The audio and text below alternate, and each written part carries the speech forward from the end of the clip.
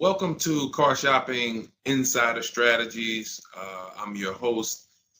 I'm known as Deshone the Auto Advisor. If you have 60 to 90 minutes to spend with us, we're going to talk about how you can make sure you're saving thousands on your next car, not just your next car, but every car you get for the rest of your life. I spent 10 years in the auto industry, 5 with Mercedes, 5 with General Motors, and now we do these streams Monday through Thursday.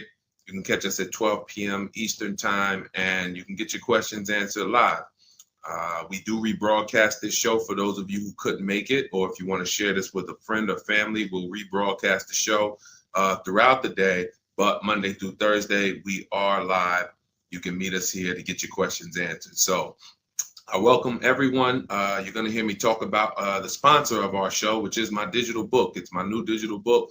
It's called Cars from Home, 7 Steps to Saving Time, Money, and Avoiding Dealerships.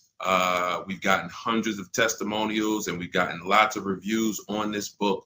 People like you using it to get below market purchases, below market leases, below market new cars, all from home. 99% of your transaction should be from home. That's how you put dealers against each other. That's how you see the whole market. The only reason you should be in a dealership is to test drive your cars, is to have your car appraised if you're going to sell it, and to pick up your car if that dealership doesn't deliver. So we're going to get into some serious Q&A. I see we got a lot of people checking in on TikTok. Good to see you, Cindy, Cowboys, Hoop you 42, EJ Mobile. You guys can feel free to start typing your questions. I have my man Dolan in the background moderating, and he's going to bring in all the questions we get so that we can make sure that everyone gets an answer. All right. So feel free to start typing. We do have a welcome special from my new digital book. It's normally $97, but for 30 minutes, you can get yours for $24. That's 75% off because I want you to have this information and I don't want money to be a barrier to you having this information. So you can get yours for $24. If you get to my TikTok bio, the Instagram bio, the YouTube comments, and the Facebook comments before 30 minutes, you got yours for $24. It's worth $97 and more, but $24 is better. I'd love for you to have that special. So feel free to start typing and we'll get to it. Nigel, Kodak, good to see you. Rob, Enrique, this is our Wednesday, May 7th live show. So for those of you who may want to know, are we actually live? I'm going to be saying the dates on the show just so everyone who is live knows that we are live and they can actually type your questions. So while you guys are typing, I want to tell you about this 7-step system that you want to be operating in.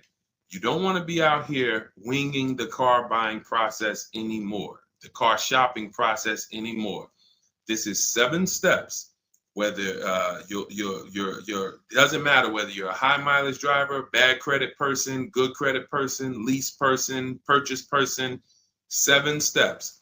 First step is the most important question. How many years are you keeping your next car?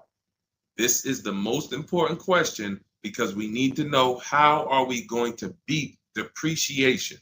Depreciation is what we call the unseen expense. If you buy a car today for $40,000, you don't drive the car one single mile. You don't even drive it. Say you don't need it. You park it outside your house for 1 year. $40,000 car. Come back in a year, what's that car worth? Throw some numbers out there. Your brand new car, $40,000. It could be a used car too. You bought the car, you drop it outside your house, you never touched it. Is that car worth $40,000 1 year later? Didn't drive 1 mile. Didn't drive 1 mile.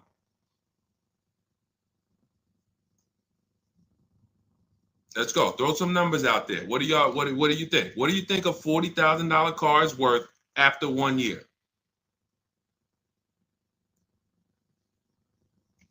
Let's go. All right.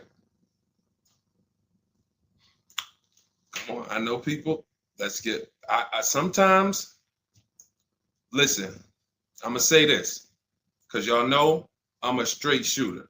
For those of you who are just new here, I have to let you know, most of the people who have a hard time with us getting to the money, literally getting to the money. It's not a matter of the information.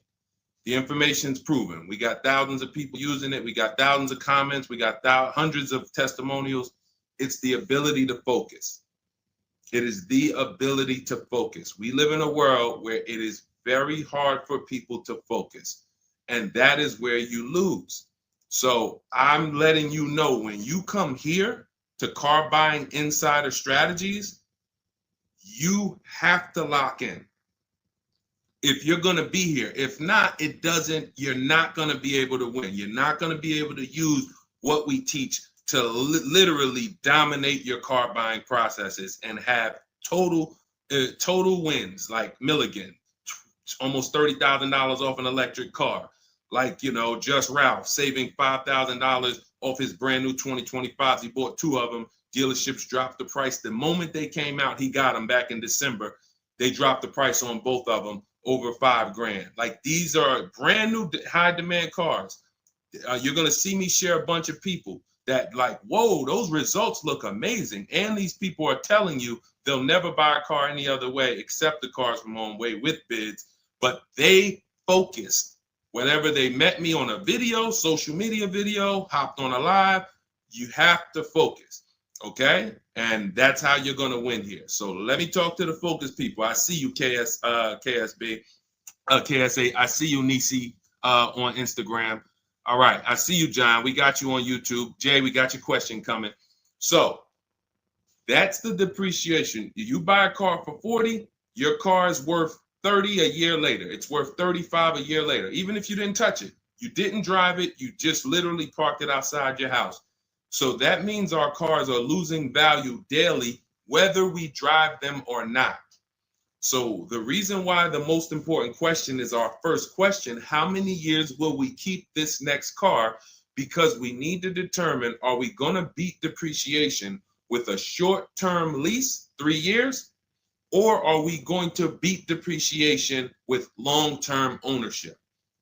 Well, thank you, Will Rosa. Shout out to the people liking the show. If you are a long-term person, that's where we are purchasing. So that's step 1 in the process. Before you think about, Deshaun, what about my old car? I need to trade that. Nope, you're going to see we don't trade, we sell. But before you think about, Deshaun, I want this car. How do I get the best price on that? Before I think about anything, we are thinking about how are we going to beat the unseen expense, depreciation, because that is what most people overlook, and depreciation kills them, and they don't realize how much depreciation has killed them until they come years later to try to replace their car, and they're like, wow, that's all my old car is worth? Who's had that happen? Who understands that every time you have gone to replace your old car, if you replaced it in 3 years, 5 years, 6 years, besides the pandemic, when every single car was worth $7,000 more than what it was really worth, so you could buy anything and you could win. Besides those times, isn't it more likely that you went to replace your car and you're like, whoa, that's all this car is worth? Man, that's all you're giving me? Because the depreciation has really set in, and we have not held the car long enough to have that win. So that's why this is the most important question. Then we move to equity assessment, where we get bids. Then we move to deal structure, where we structure, what does a great deal look like? What does it look like if I lease this vehicle and it's a great deal? Not these bad deals I see on commercials. What does it look like for me to budget and make sure when I go shop, I'm not going over my budget? In fact, I want to shop way below my budget. That's what we do in step 3. Takes us about 10 minutes. Then we move to shopping. This is the fun part.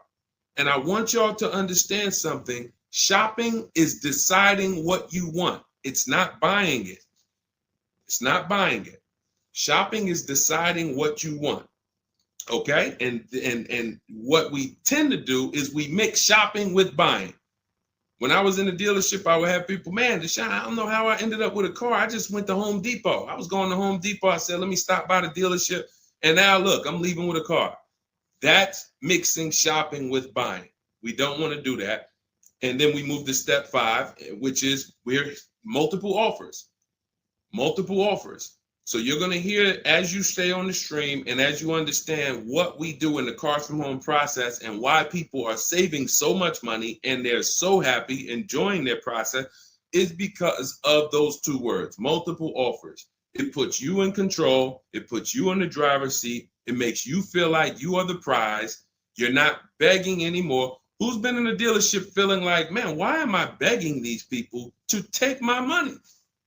Will anyone be honest? Anybody be honest and say, man, anytime you've been in the dealership, have you ever felt like, why am I begging these guys for me to give them $20,000 of my money? $50,000 of my money. So what we're going to do is when you start getting multiple offers, you're going to see, whoa, this thing flips on its head. Now they're coming to me. Okay, so this is just initial mindset of the difference with the Cars from Home process. Step 6, we go and tie up our paperwork. Again, if you notice, all of this stuff I'm talking about is done from home. The only thing we do in that dealership is test drive, come on home. And you're going to start now enjoying your test drives. So you probably can't even, you've probably been scared to go test drive. Sean, I'm scared to go test drive. I don't want to, because they're sitting you down. Thank you, Paul. Thank you, Paul Sperling, for being honest. I see you on Facebook. That's where you've been nervous. Man, I don't want to go test drive. I'd rather just, but what you're going to start doing now is enjoying the shopping because you're test driving, going to another dealership, test drive this. Sometimes people go with their families and say, hey, family, good news. We're going to go out this weekend. We're going to test drive a bunch of cars and we're going to decide what the right one is for our family. The kids are happy, wife's happy, husband's happy. Yes, let's do it. Get to the first dealership, test driving the car. All right, what do you think, guys? Oh, it's okay, it's all right, it's nice, we like it.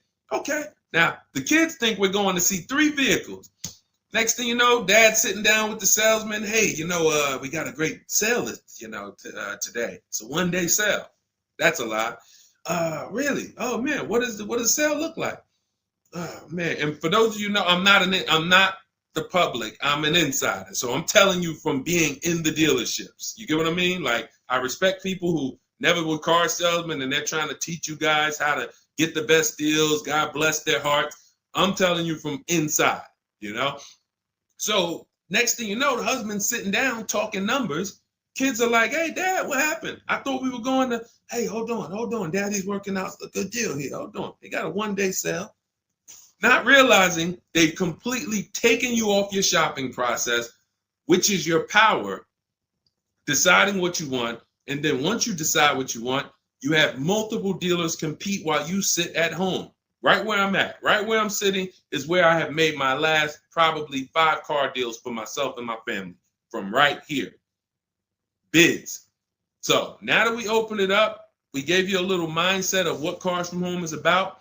We got questions coming in. I see Jay on YouTube. I see Robert on TikTok. For those of you who want to know if we're live, we are live. It's our Wednesday, May 7th episode. We're live every Monday through Thursday at noon. But you might be watching a rebroadcast and you might have someone ask the same question that you're going to ask because we do replay the show throughout the day for those who couldn't catch us live. All right. So Dolan, let's start bringing in these questions. I see we got some coming. And Instagram, you guys type your questions. We're live on Facebook, YouTube, Instagram, and TikTok. All right. What do you think about the Flex Car Leasing Company? Let's see. It's Flex Car Leasing. All right. Let's see if we can find out about Flex Car. Live large, spend small. Sounds like a good quality lease. That's literally, listen, I leased my first car, I was 22. I had other friends buying cars. My payment on my Pontiac G6 was $256. It was a $20,000 car. I never had a problem with it because it was always under warranty and my other friends were out there, buying cars they were paying double what I was paying. And again, if you're keeping your car 8 years or longer, forget about leasing. You should be shopping for a below market purchase. If you're not keeping your cars 8 years or longer, below market leases is how we save all the money keep thousands in our bank account, drive incredible cars. So let's take a look. It says Flex Car is the first and only month-to-month car lease because freedom shouldn't come with a contract. Once you flex, you'll never buy a car again. Now, I like this. We're just judging it by what do we get to drive? Here's how you judge leasing, y'all. What do I get to drive and what do I pay for that? For example, I told you guys my first lease was $20,256 a month. Then I got an Infiniti G25. Our payment was, that was early. That was like 2011. It's like a $35,000 car. I want to say I was like low threes or either high twos. Ridiculous deal on it. Wasn't no more than that because after that I got an Infiniti Q50, $45,000 car. My payment was $325. After that I got another Q50. I had 3 Q50s in a row. My next payment was $345. My last one was $365.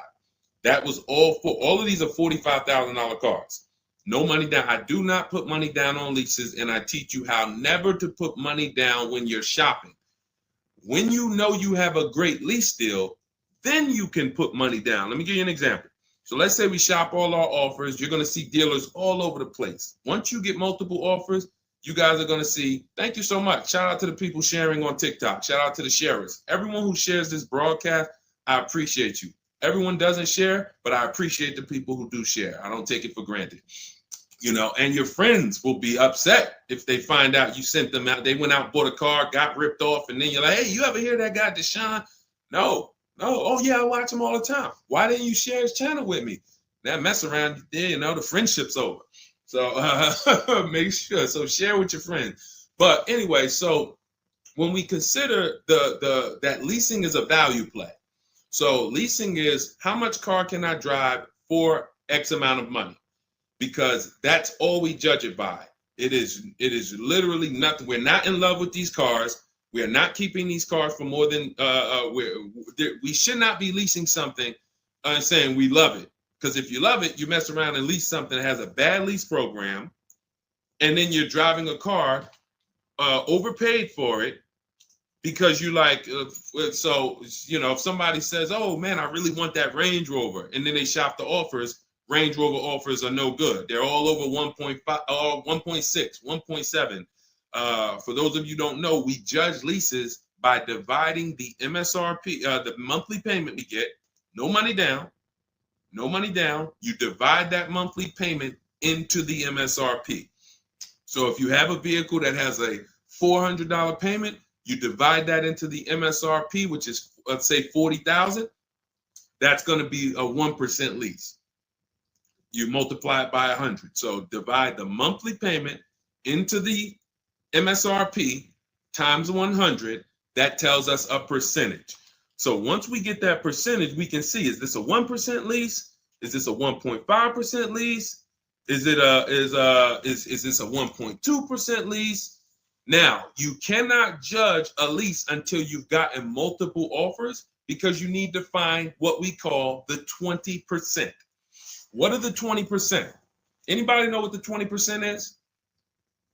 And we're still talking about this Flex Car leasing program because if we can lease cars through Flex Car and they're 1% leases or 1.1 and 1. If you get to drive these expensive cars, but you're only paying 1%, 1.2%, 1.1%, less than 1% of the MSRP on a monthly payment, you don't have to tie up all your money. You got cars under warranty, no problems. This could be a really good thing. Now, I haven't used Flex Car, but I'm just telling you, if you guys explore them, this is what we are judging because this is how we judge leases. Okay, there's nothing else about it. So you divide your monthly payment. You don't have to worry about taxes. Here's why you don't have to worry about taxes. And here's why you also don't have to. We're just talking about leasing. So let's continue to ask questions about used. I don't know if more people are just interested in leasing. Maybe you guys can help me out. Is it that more people are interested in leasing because we get a lot of questions about it? You know, we have systems for pre-owned cars. Shopping deals with getting below market pre-owned cars, getting below market new cars. saving money with our bank bidding war, making banks and credit unions bid for our interest rates, selling cars to get our equity out, bidding. So we have all types of stuff outside of leasing, but I'm going to answer the questions you guys ask. And if Dolan keeps pulling in the questions and most of them are about leasing, then that's what we're going to talk about. Okay? So so here's the reasons why you never have to worry about what about the taxes and fees and what about the selling price? Do I divide the monthly payment into the selling price or the MSRP? Well, you're going to do it on the MSRP. That's that sticker price. I'm going to show you guys an example here on the screen so you can see. This is a sticker, window sticker, and you can see, Dolan, can you snatch that? Thank you so much, Dolan. The total MSRP right here, that's your MSRP. That is what you're dividing your monthly payment into. Now, the MSRP tells us the value of the car in the market. The MSRP tells us the value of the of the car in the market. It does not tell us what they're selling the car to us for and how much they've discounted it. That's reflected in the monthly payment. So you have a $40,000 MSRP. One person, one dealership, an 80% dealer offers us $600 a month for that. Okay, another dealer, 80%, offers us $650 a month for that. No money down. Remember, always shop our lease deals with only first month's payment due at signing. Only first month's payment due at signing. You don't do anything else but first month's payment due at signing. And you tell dealers how you want your lease deals presented to you. You do not let them work you up a random lease deal. Okay, so you get your first month payment and you say, okay, one dealer says $650, $40,000 car. This is an average car. $600. Another dealer says $550. But then here comes this 20% dealer, $425. So now you're looking and saying, whoa, the percentage for the higher dealers is 1.4, 1.45, 1.6, but this lowest dealer is 1.2, 1.1. What's going on here? Same exact car. This is the 20%. You've identified the 20%. They've identified themselves, and the lower sales price that they're giving you is reflected in the monthly payment. So so the monthly payment is where we can see the discounts, not the MSRP. So we divide that monthly payment into the MSRP, gives us that percentage, and we can see those with the lowest offers, lowest percentages have made us the best deal. And we always make sure we tell them, put your taxes and fees into the payment. Okay, now I have templates for this. So everything we do is by email. If you guys want to take this and use it, you want to try calling around, just remember this stuff. For those of you who do not want to remember it, you're like, Deshone, give me the blueprint, give me the step-by-step. We have everything in my digital book, Cars from Home, 7 Steps to Saving Time, Money, and Avoiding Dealership. I wrote the templates out. You just fill them in, blast them out. We show you something we call the 25-to-5 strategy, where you connect with 25 dealers in 20 minutes, and your goal will be to get 5 offers. So as our welcome offer, you can get your copy for 75% off, normally $97. But if you head to my TikTok bio, you won't leave the show, Instagram bio, YouTube comments, or the Facebook comments, you can get yours for $24, which is going to be 75% off. It's a digital book. You'll have it by the end of the stream. Okay? But this is very important. When we're judging lease deals, whether it's through FlexPay, whether it's through an individual dealership, it does not matter. We are judging them based on value. And the lower percentage I'm paying to drive X amount of car, the better value that we're getting. Okay? That makes sense? Type dollar signs if that makes sense. If anybody needs me to go deeper on that, we can certainly go deeper. Okay? I just had to, there's somebody named Pop. We blocked him on TikTok. He said, talk too much drama to drive a car. He never say that with a house. And if he would, he's totally ignorant. And here's the thing. We have been taught by the auto industry, a multi-billion-dollar industry, that we know as the public takes advantage of people and rips them off. As an industry, not every dealer, but as an industry, they take advantage. They do not get sued. We have people who are driving the same cars, paying $200 more, same exact car. No one is getting lawsuits. You're ripping us off because you've taught us that we should be able to come into the dealership, make a $30,000 transaction on the low side. The average car price is probably 40, 45 grand. They've taught us that they've taught us we should be able to make that decision in 1 hour with no real competition and no real information. So when we talk about strategy and the way we save money, when you look at somebody like a Marie, hey, just wanted to reach out and say thank you. I love these emails, by the way. Those of you who have my book, who are using it, please continue to send me these types of emails. Marie said, just wanted to reach out and thank you. Using the guide, I saved over $13,000 off MSRP, got my payment to be hundreds lower per month and maintenance included with no money down. Just wanted to say thank you. 2025 GLC 300 coupe, fully loaded. Now, some of you have this exact same car, or you know someone with it. You know someone with it. And they probably went out, got it traditionally in 2 hours, did very little shopping because they wanted this car. But Marie used the cars from home process, got my book, $24. Hopefully she got it at the welcome offer for $24. And that $24 investment saved her $13,000 off this new car. $13,000. We are not here on Wednesday, May 7th, to talk about hundreds of dollars. And these are the people who would be warning you guys to say, hey, you better have a process. And if you don't, that's okay. You don't need a process. Just know you're overpaying.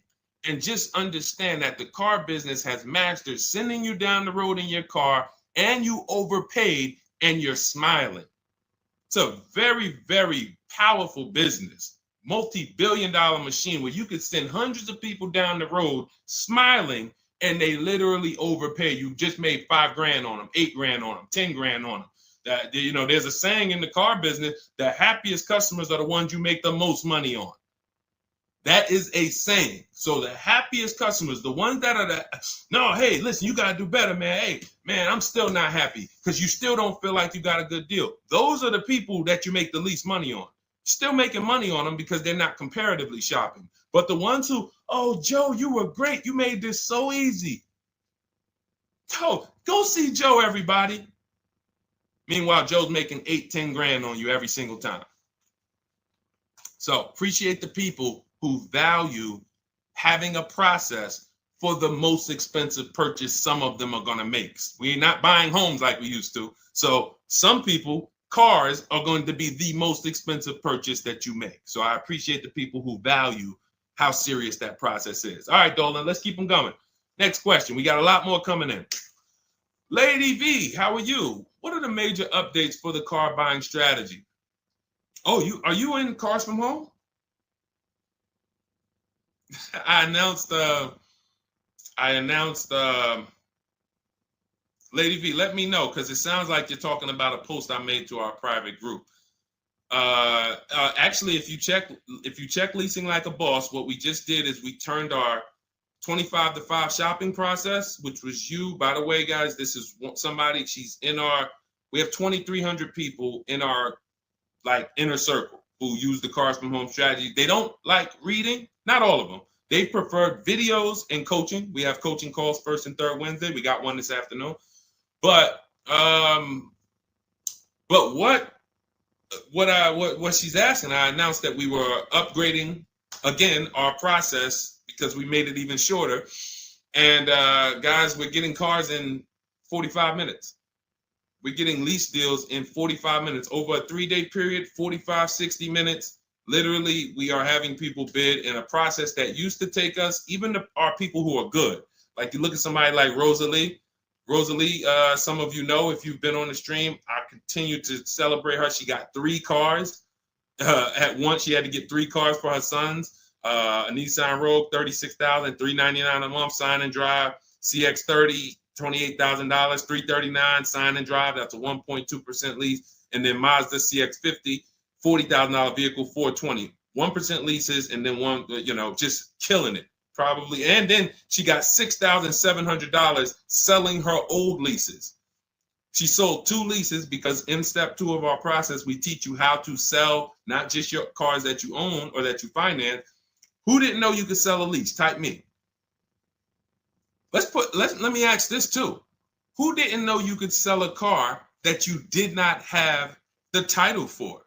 It's not paid off yet. Let's ask both. Who didn't know both of those? Because I've seen people in my career that say, listen, Deshone, as soon as I make my last payment, I'm coming to get that. As soon as I get the title.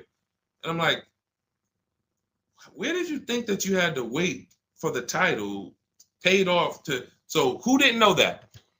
So literally, I see you, Nina. Thanks for being honest. Appreciate you. All right. Thank you, yours truly. I appreciate the people who are always willing to be honest, because you're the ones who are going to really, if you can't get the bad news, you are literally not going to be able to get to the good news. Like, you got to realize the people who they have a very tough time is they just think, Deshone, I know way more than you. Even though you've been in this thing since 2006, you got all this experience, you done worked for this, been a finance manager, had your own brokerage. Deshone, I still think that I know this more than you. Very tough time helping them. But other people, you guys can win very simply. So when we look, she's asking, we were getting these cars in roughly an hour and a half, 2 hours from home. Now I'm doing it in about 60 minutes, but I created a quicker process, cut some things out, and we just are uploading new things to our membership page that are going to have people literally popping in over a 3-day period. Morning, 10 minutes, afternoon, 10 minutes, evening, 10 minutes. You do that by your second day, you're going to have 5, 6 offers, 7 offers, and be ready to close the deal. Like that quick. That quick. I'm always about quicker. Deshone, y'all getting cars in an hour and a half from home. Yeah, but can we do it quicker? So that's what we got. So check Leasing Like a Boss, and you'll see some of the new videos already in there. And thank you, Daniel. He said it's worth the price. And it's in the book. So very important to understand. Everything we're talking about, guys, you can get it for $24 if you get to the book before the 30-minute welcome offer expires. This is the same system. Some people just like videos and coaching in our community, 1,600 people in it. They want to be in that. Like, let's do this together. Let me ask more questions. We can't answer questions for people who have the book. Unless you pop on a live and you catch me here. So thanks, Lady V. But yes, check out the membership page and you'll see all of the new videos in day 5 for the 25 to 5 strategy. It just got quicker. All right, go ahead, Dolan. Pull the next one up. All right. And every time y'all hear something that you like, can you continue to run up these likes on TikTok? Appreciate it. I see we're about 300 now. But if y'all can continue to run those likes up, it means a lot. It lets TikTok know, hey, they're talking some serious stuff over here. Let's bring some more people over here so more people can benefit. My man Paul Sperling on Facebook. How are you? Are there dealerships that won't allow you to lease unless you use their financing and not use your own credit union? This is a great question. Wanted to know if it was true because Genesis Salesman told me that. Great question. So Paul, with a lease, we must use the dealer's bank or the manufacturer's bank. It's not like a finance where we can go and we can get our own financing. We can shop around for our own financing. And the reason we're doing that is to make sure that they're not overcharging us for the financing. So we have a process we call the bank bidding war, where we strategically let tons of banks and credit unions shop our credit without it lowering our credit score with all these inquiries. And we do it within a window, and it allows it to only show, it only affects our score as one hard inquiry. So these are the steps we take to make sure we are not overpaying. Thank you, y'all. Yali 288, #1 gifted badge. Appreciate you. But on a lease, it's different. We must go through the dealer's bank. Now, here's what could happen. With a lease, there's something called a money factor, which is an interest rate. That's an interest rate on a lease. It's called a money factor.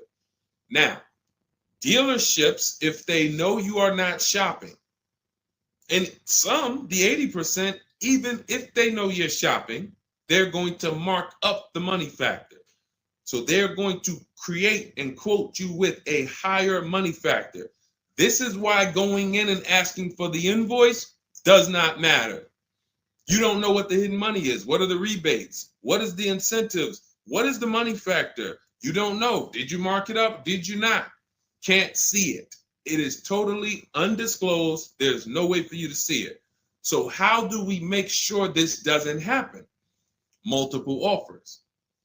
Because when we know you're shopping now, and again, you're going to see as you guys get multiple offers, sometimes it's not going to matter. You're still going to see offers that are extremely high. And you're like, these guys are still quoting us high, even though they know we're shopping. Correct. Because this is what they sell their cars for. And they will sell this car to someone else for the higher price who does not have strategies before they discount it to sell it to you. They would much rather say, Mr. Customer, that's my best deal. I'm sorry if it's not in your budget, but that is my best deal. They're not lying because they're going to sell that car to someone else who does not have strategy, who will gladly pay it. But once you begin to shop around, you're going to see, like I have a market report up. Can you snatch that question down for 1 second, Dolan? There's a market report up here on the screen for an Infiniti QX60 Lux. It's a $61,000 vehicle. Now we can see so far, and this was literally when we got 4 offers. Now what you're going to be getting is at least 5 to 7, and then you make your decision. Only vehicles that are very scarce, you're going to see less than 4 offers, or less than 5 offers. And then at which point, we usually make a decision on, do we want this vehicle or do we want to hold off and maybe check back next month, because we need competition. But in most cases, you're going to see plenty of offers come through, 5 offers, 7 offers. This is how most market reports look that we prepare. We prepare these for people, and this is what we teach you to do for yourself. So as you can see, $61,000 vehicle. One deal is at $873. Sign and drive, no money down. One dealer is at $889. But then we have 2 dealers that have come in at $680 and $685. $200 apart. So now there are people in these other dealers that are at $800, almost $900 a month, negotiating. Come on, man, can you get me down under 8? You see how that's a losing battle? They're at $889, right? They know we're shopping, because when we shop, you always want to let dealers know. I'm speaking to a couple dealers. You catch more flies with honey than with what is the saying? Vinegar. So be nice, be friendly. All the scripts we have, you use our scripts. We have thousands of people using our scripts from our book and from our Shop with Deshone coaching program. And they're nice. They're friendly. They're not like aggressive. They're firm. But when you're talking to dealers, just be, hey, I'm shopping around. Hey, and you're still going to see, that's my best price, $800. That's how you know. Don't get emotional. This is the 80% Deshone told us about. Don't expect them to do what the 20% does. Expect them to be high. You're $150 higher than the other dealerships. Are you going to come down? No. No.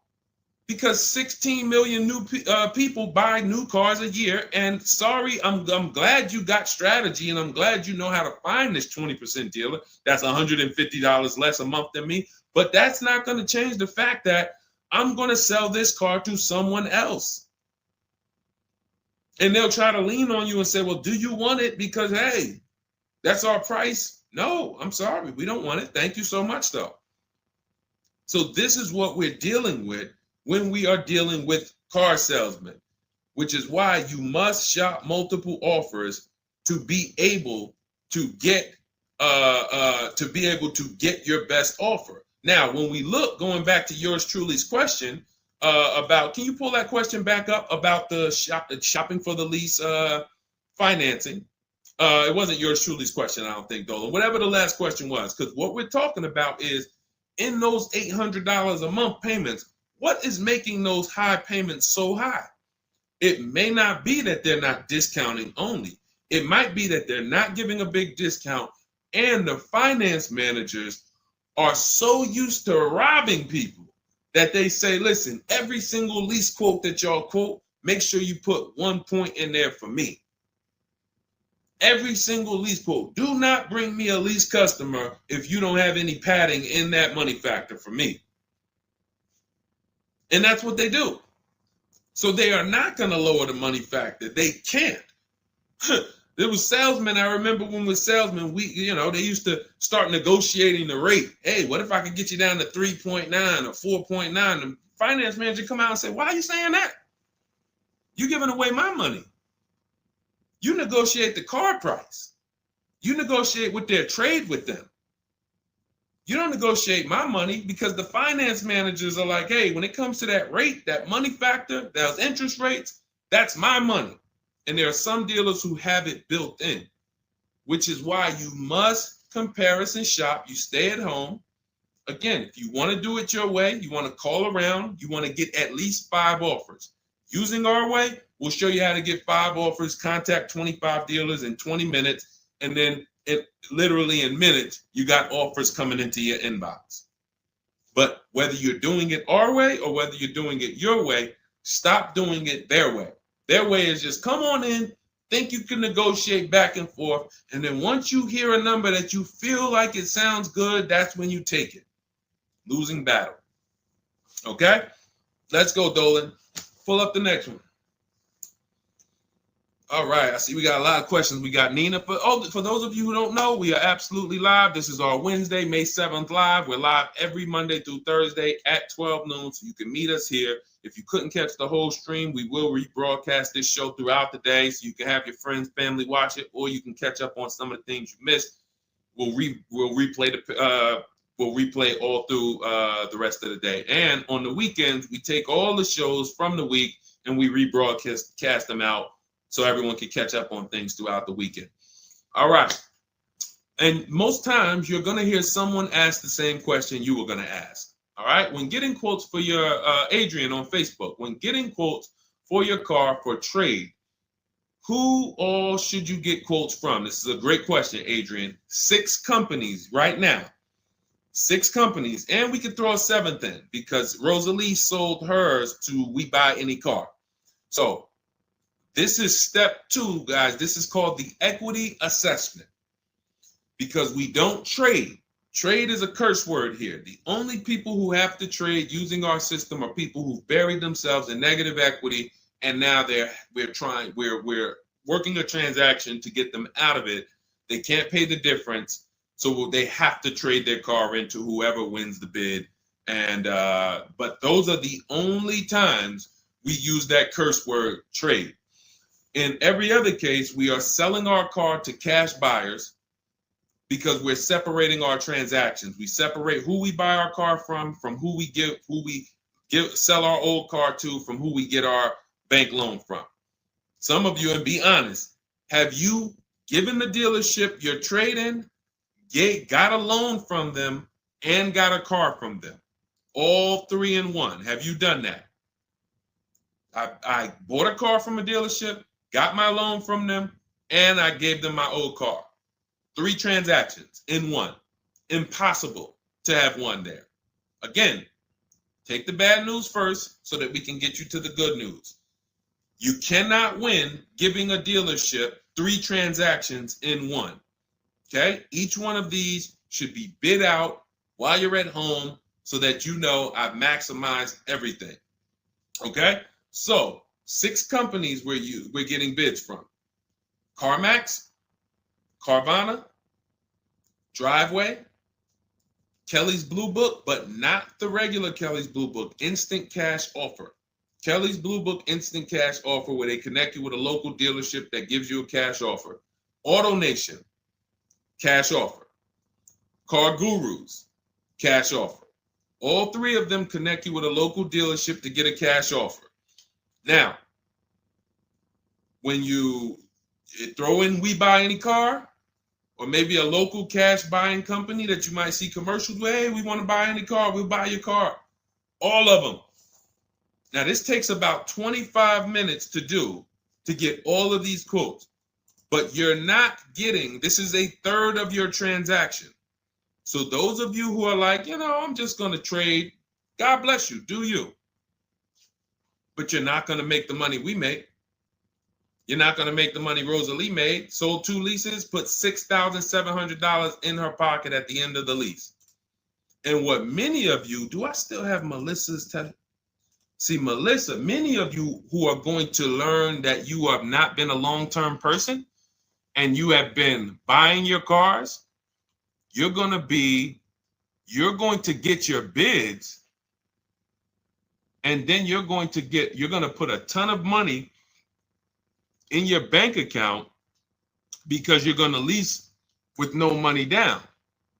And once you lease with no money down, I don't think I have it up. I think it was from last year. And because we're just showing all 2025s and 20. Yeah, that's all we're showing right now is, recent people, But some of these, Dolan, I'm going to go back and grab because some of them were unique in that when you see you've been somebody who's been taking loans out and you're like, Deshone, every time I buy a car, I take loans out 5-6 years. I go trade the car in after like 4 years, or maybe I pay them off and then I go and trade them in. And I always end up really not getting nothing. I got high payments every time. And then whatever my old car is worth, I use it for a down payment for the new car. I don't really see where that money goes. So this is a repetitive cycle. What you're going to do is actually get your cash bids, realize, all right, I've been breaking the 8-year rule. The 8-year rule says if you're not buying your next car to keep at least 8 years, you should be getting a below market lease. That's what you should be shopping for. That's going to save you thousands upon thousands of dollars more, and you're going to drive better vehicles. If you're keeping your car more than 8 years, then you should be shopping for a below market purchase, new or used, based on your budget and your values. So the 8-year rule. So you say, man, I've been breaking this 8-year rule. I'm not keeping these cars 8 years. Let me go and shop for my below market lease next time. So my normal car that I would normally trade in, not really see where that money's going. Now I'm going to bid that out to CarMax, Driveway, Carvana, Kelly's Blue Book Instant Cash Offer, Driveway, Car Gurus, and We Buy Any Car. I'm gonna see the highest bidder. The highest bidder might be like because Melissa, I think she made like $14,000. She had like a 5-year-old car that she would normally trade, but it was paid off, and she's like, all right, I'm not gonna go and use this as a trade and buy something else. She gets like you're gonna have like 12 grand equity, 15 grand equity, beautiful. And what's going to happen is when you shop for your below market lease, you're shopping with only first month's payment due at signing. So you find your lease, you've already been paying super high payments because you've been purchasing.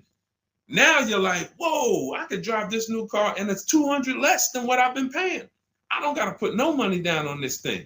You pull out of there with a super low payment new car, and you got a $12,000, $15,000 check going in your bank account.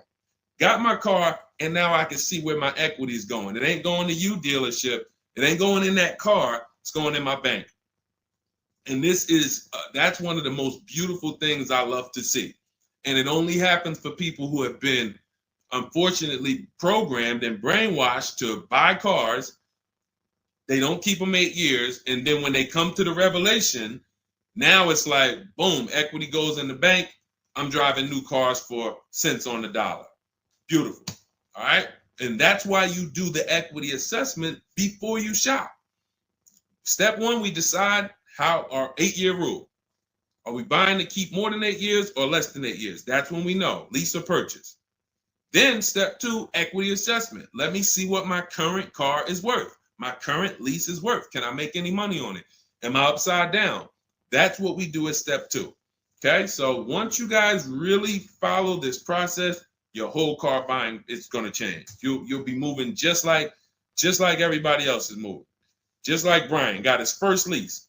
First lease using our system. He said, just finalized my first ever lease using your system. 2025 HRV Sport, all-wheel drive, $30,500 MSRP for $395 a month.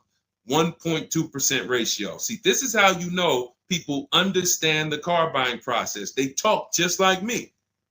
They talk just like me. They know the process. They didn't have to go to school for this. They just followed the steps, and I walked them through how to judge the deal. 1.2% deal, 12,000 miles a year, 36 months, no money down. His initial quote from this dealer was $434. In my book and in our Shop with Deshone system, we have calculators we invented. We have 6 proprietary calculators. Can't find them anywhere on Google. They're ours. We created them.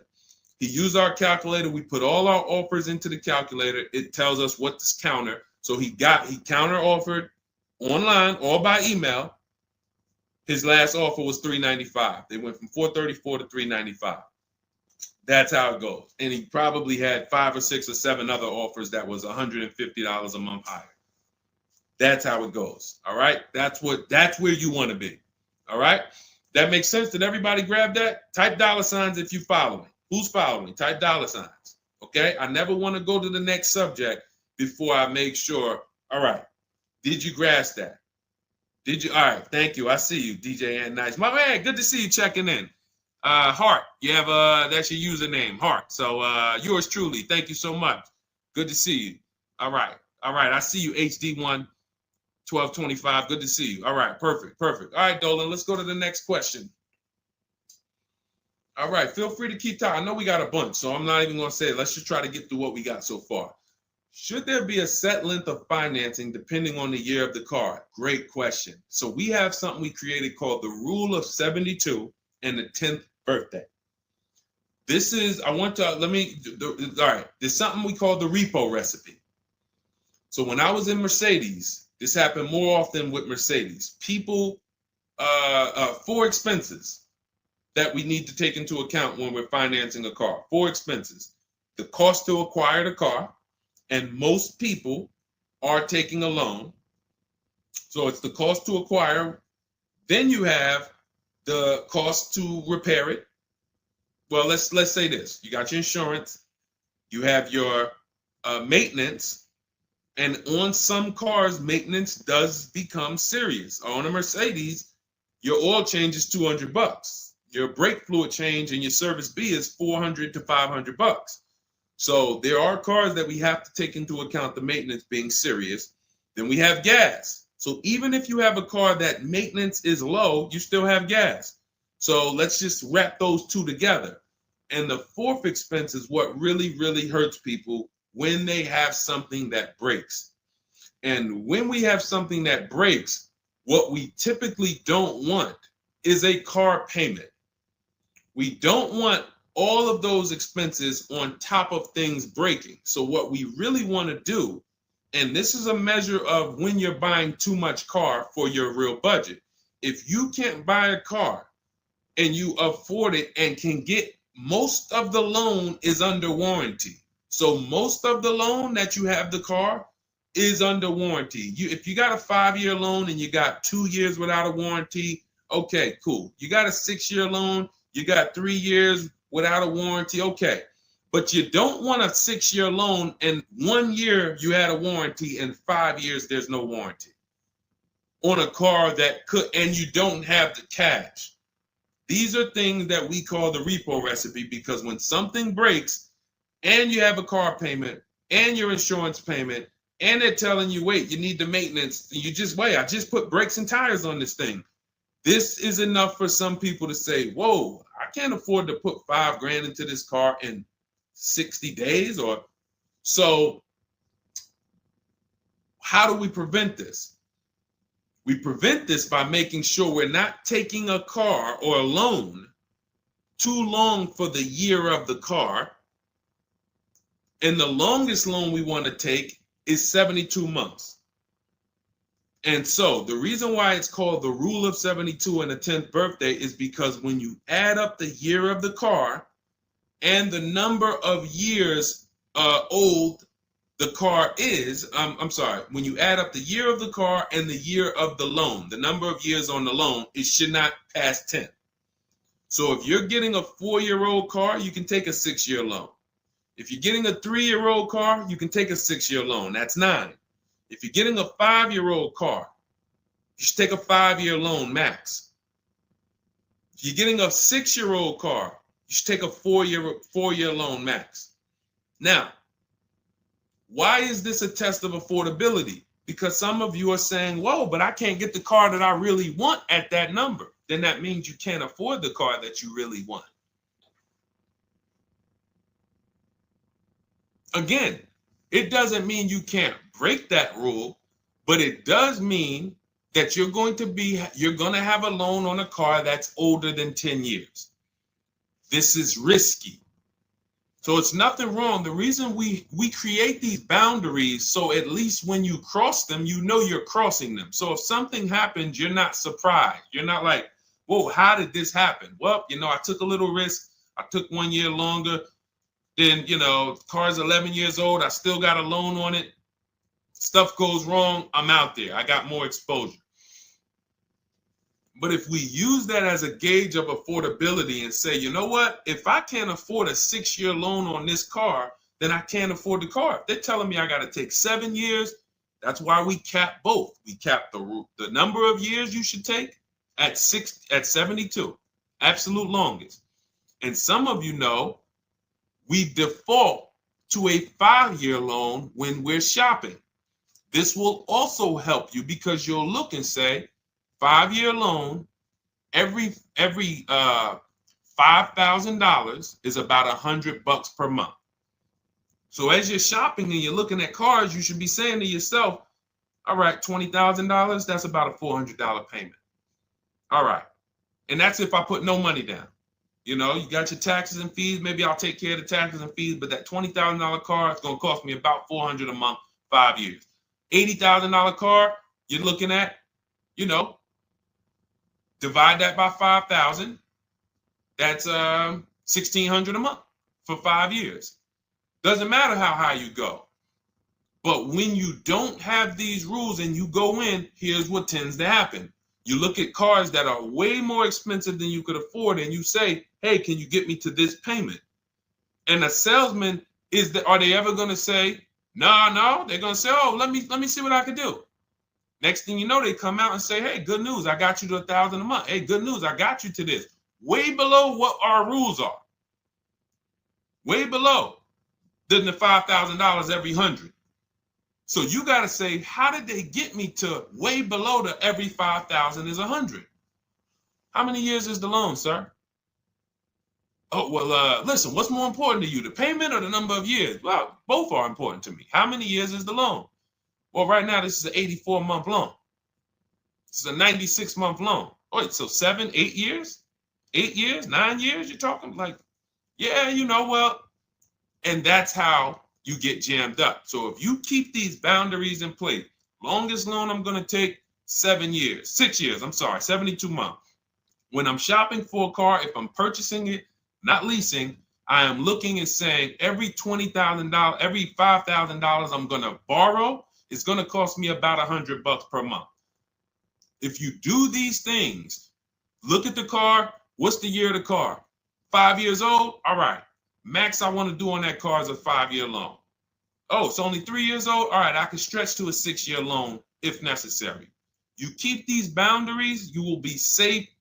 You stay far away from the repo recipe. When things tend to go wrong at that 9, 10 year, 11 year mark, you got to put some money into the car. Car is paid off. You don't have to worry. Okay? High dollar signs if you guys followed that. We can move on to the next question. Everybody clear on that? Colin Moore, welcome to the community. New follower. We are live. It is our Wednesday, May 7th episode. You may be watching us live at noon, or you might be watching a rebroadcast. We rebroadcast the show throughout the day until our next show tomorrow, which is at noon. Monday through Thursday, we're live at noon. You can please tell your friends who are shopping for cars, meet us here. they'll be shopping for cars in the next 6 months. This is where they want to be. And they really don't want to wait. I mean, I'm trying to get people to stop waiting till they need a car to go and start learning this stuff. You want to be in the market 90 days before you need a car. We've been programmed again to wait until, and it's probably the anxiety. I put it off to the very end. We've just been programmed to wait until the very end, and then we go in and now we have desperate vibes. We're like, oh, I got to take anything I can get.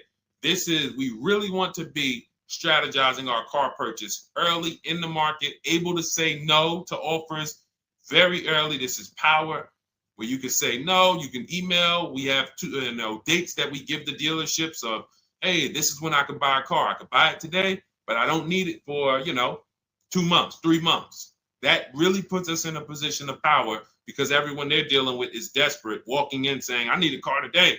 Oh, I hear these cars are hard to get. All of this wrong, desperate energy that's going to make them pay more. That's what they want to sell. We come with, no, we can make a deal today, but we don't have to make a deal today. And when we come like that, it really positions us to, next month, the car salesman will be like, man, I ain't sold a car in 4 days. Oh man, let me call Kevin Gilder. Hey, Mr. Gilder, are you still in the market? Yeah, I'm still here. I told you I got until I got a couple months. Oh, cool, man. Listen, I think I could get that offer you made last month. We couldn't do it last month, but we were super busy. Everybody was in here, man. We charging them all of this money, but right now we're pretty desperate, and I would like to take your offer to my manager. Sure, definitely. That's obviously not what they say, but that's what they're thinking. So you want to be positioned for that. If you shop every single time in an emergency, you're not going to be able to be positioned for that. Okay? We don't want to be in the habit of emergency shopping. Not here. Once you have this way, you'll be like, oh, man, I could get in the market early. All right. Go ahead, Dolan. Oh, for those of you who are like, Deshone, there's no way I'm going to remember all of this stuff. Can you give me the whole blueprint? Write it out step by step. That's my new digital book, Cars from Home, 7 Steps to Saving Time, Money, and Avoiding Dealerships. And it's 7 steps, whether you are purchasing, whether you're leasing. We get below market leases. You're going to get below market leases, below market new cars, below market used cars, below market financing, because you're going to have banks and dealers bidding for your financing. If you're a high mileage driver, there's 3 different strategies for exactly how you need to be moving as a high mileage driver. If you have negative equity, there are 2 strategies in there to help you move from negative equity to your next purchase. This is all in 7 steps. Very simple to follow. So you can get your copy. It's normally $97, but you can get your copy. Part of our welcome offer, 30 minutes only. If you visited already and that timer started, once 30 minutes goes to 0, it is now $97, which is worth every penny. But I'd rather you get the welcome offer. So go grab it. TikTok bio, Instagram bio, Facebook comments, YouTube comments. Click those links. Go grab your book and come on back to the stream. Make sure after you get the book, you screenshot the thank you page because it has my support team's email. Sometimes you're typing fast, type your email wrong. You don't see that book in 10 minutes, just send an email to my support team. They'll get you your book right away. All right, go grab it before the 30 minutes is up. Go ahead, Dolan, shoot the next one. You don't want to have your own financing all the time, pure knowledge. Sometimes dealers have 12, 13 banks sometimes. Sometimes they can beat what you get on the outside. The key is creating a competition. Thinking about a 2025 Land Cruiser for $62,000, $5K down, any advice? How do we know that's a good deal? How do we know that's a good deal, everyone?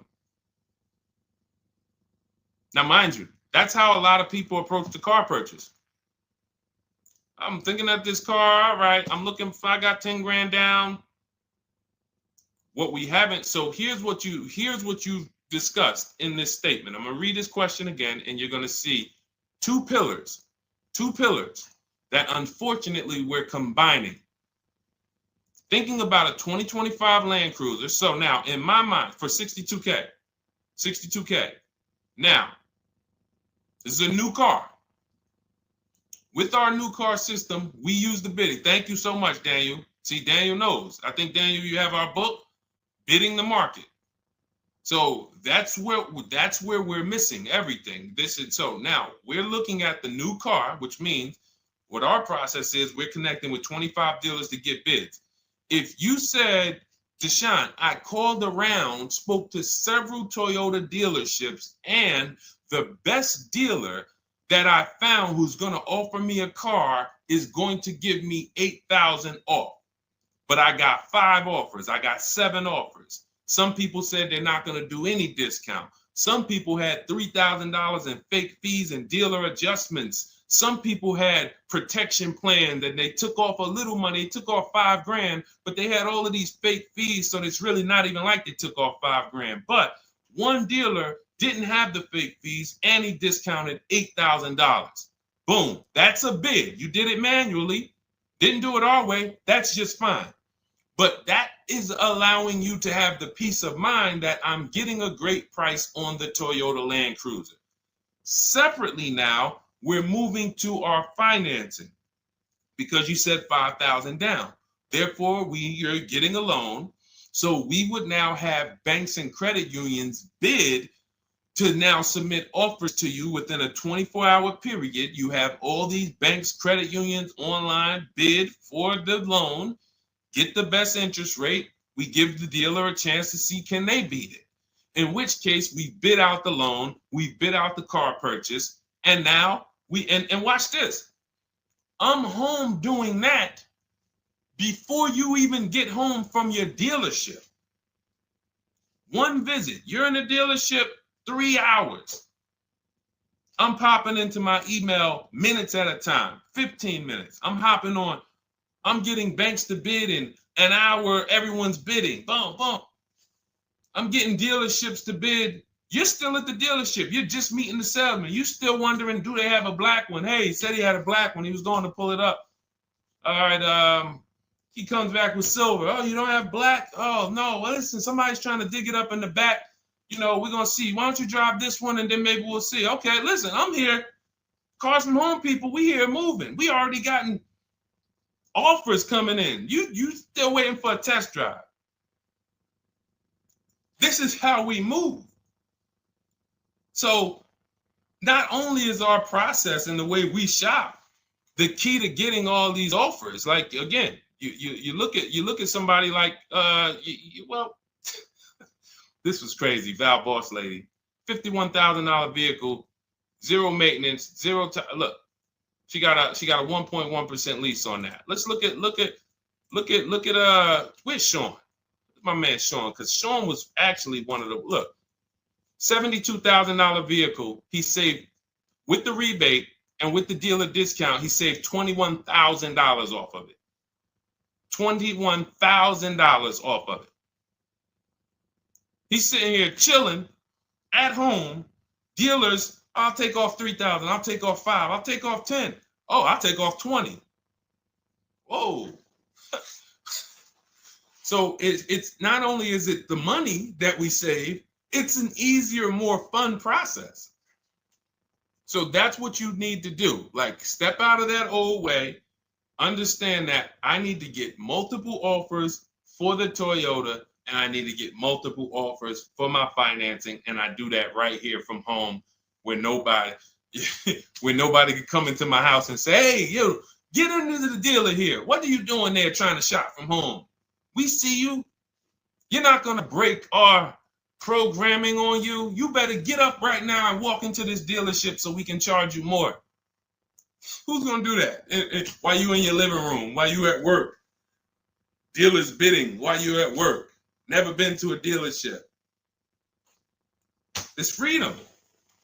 Multiple offers. Yes, Lady V. That's my 2 favorite words. I swear, if I didn't wear unlearn, relearn, I'd be walking around with a shirt that said multiple offers.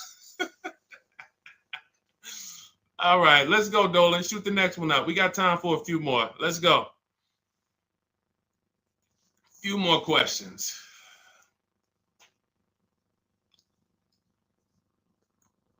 Atiba on Facebook. How is the best way to sell your personal car? Is that in the book? Yes, that's our equity assessment.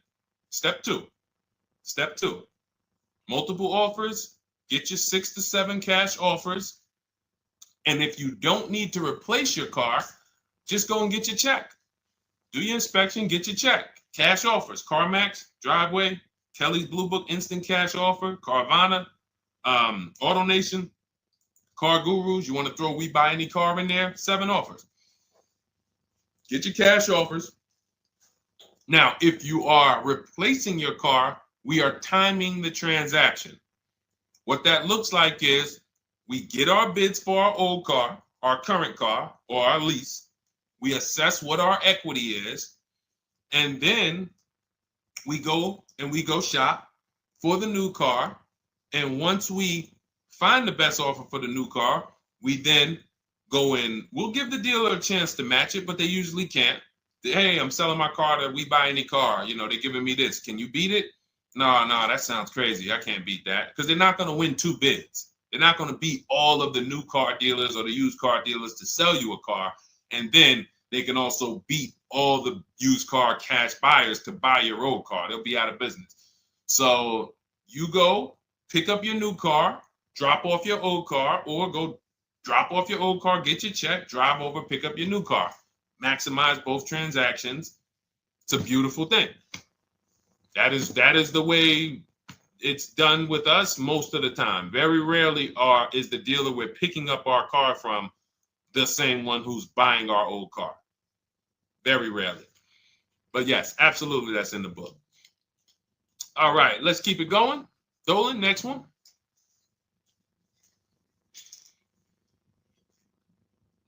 Daniel Thompson. Deshone, I've been keeping an eye on a used vehicle that has been sitting on the lot for over 60 days.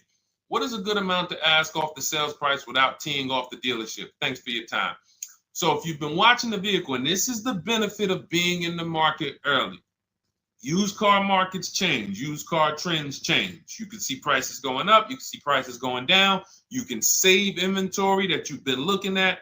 You know, I show you in our multiple marketplace strategy how to save the cars that you're looking at, create these save listings. Every new car that pops up, you get an alert for it. This is why when you know the market, like Daniel knows the market for this car, if he has on alerts, every new car that pops up, he knows about it first, and he can actually jump on that car quicker than anyone else, because other people will hesitate because they don't know the market. So they'll say, hey, what about this car? Oh, they just listed it today. It might not be a good deal. Well, Daniel will know if it's a good deal because he's been watching the market to know, yes, that's a good deal. No, it's not a good deal, because the really great deals where dealers say, hey, we're just going to move this car. We want it gone in 24, 48 hours. Those are not going to last. So literally, once they list them, you want to be able to say, oh, I saw that first and I know the market. Hey, you call. Oh, just got a cramp. Went to the gym earlier, dehydrated. Went to flex and my arm said, no, you're not going to do that. So, but once you know the market, you literally can jump on things fast. Now, in the case of also watching the market, in this case, we see a vehicle that's sitting. Long as we verified there's no bogus fees on it, only fees on a car we're purchasing, used car or new, should be tax, documentation, and motor vehicles. That's it. Tax, documentation, motor vehicles. In some cases, in certain states, you may see smog or something. Should be very small. Very, very small. Shouldn't be anything else for $300, $400, $500, $600.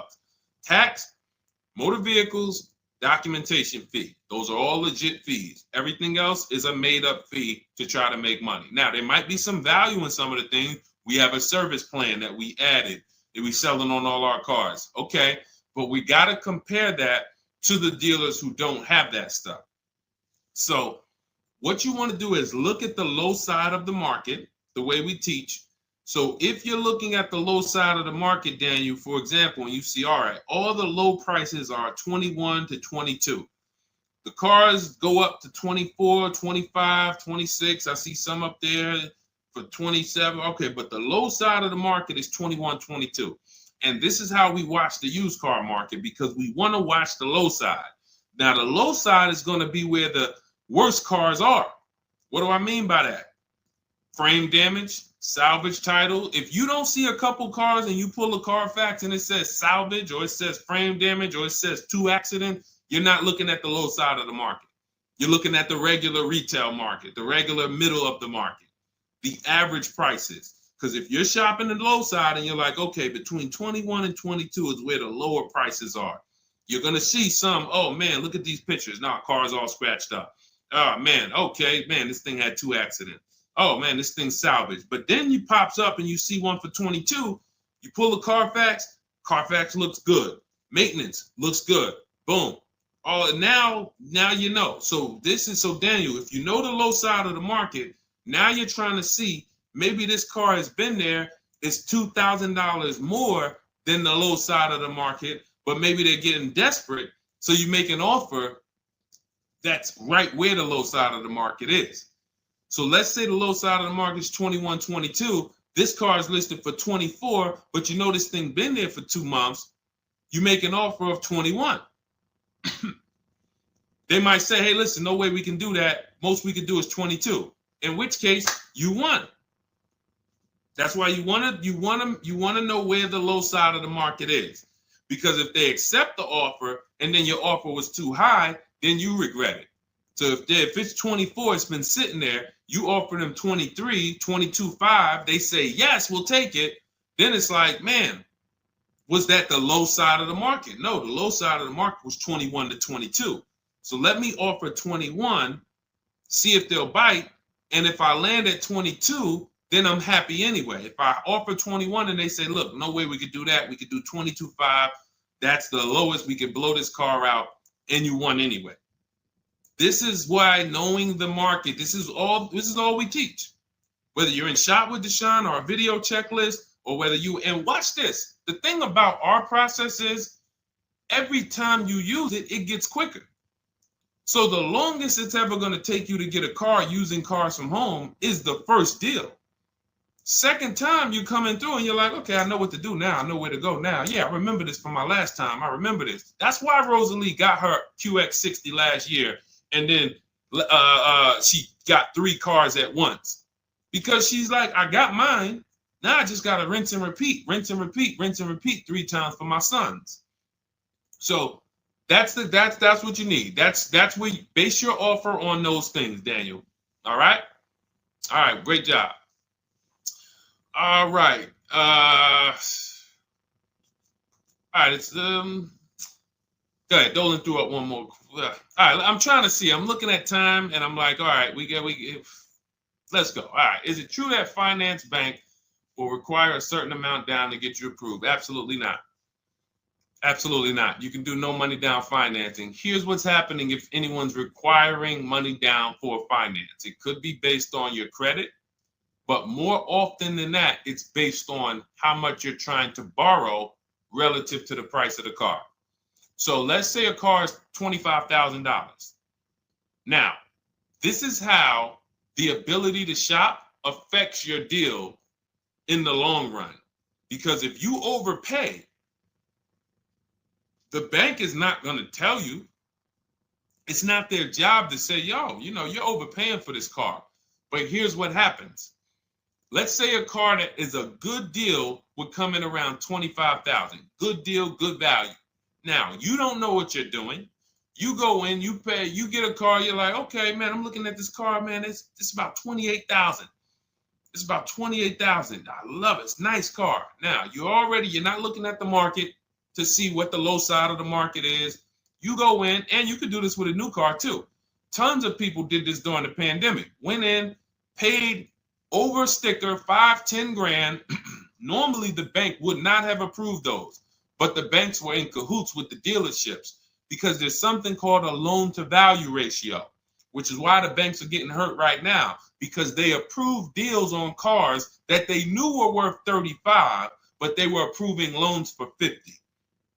Because dealers decided we want to sell this $35,000 car for $42,000. So once our client needs the loan with everything, and they might have a little negative equity, we need y'all to loan them $50,000 on a $35,000 car, and the banks did it, which is why they're falling apart right now, and they're going to continue to collapse. So when you look and say, whoa, if that's the case, how does the bank protect themselves? It should be loan to value ratios, which means this car that you're telling us you bought it for 28, your taxes and everything are, let's say they slapped on some fake fees on you and you're up there like, all right, man, I thought the car was 28. But when it's all said and done, I paid like 34 for it. Now you leave with that car for 34. The bank looks and says, well, you're trying to get it for 34.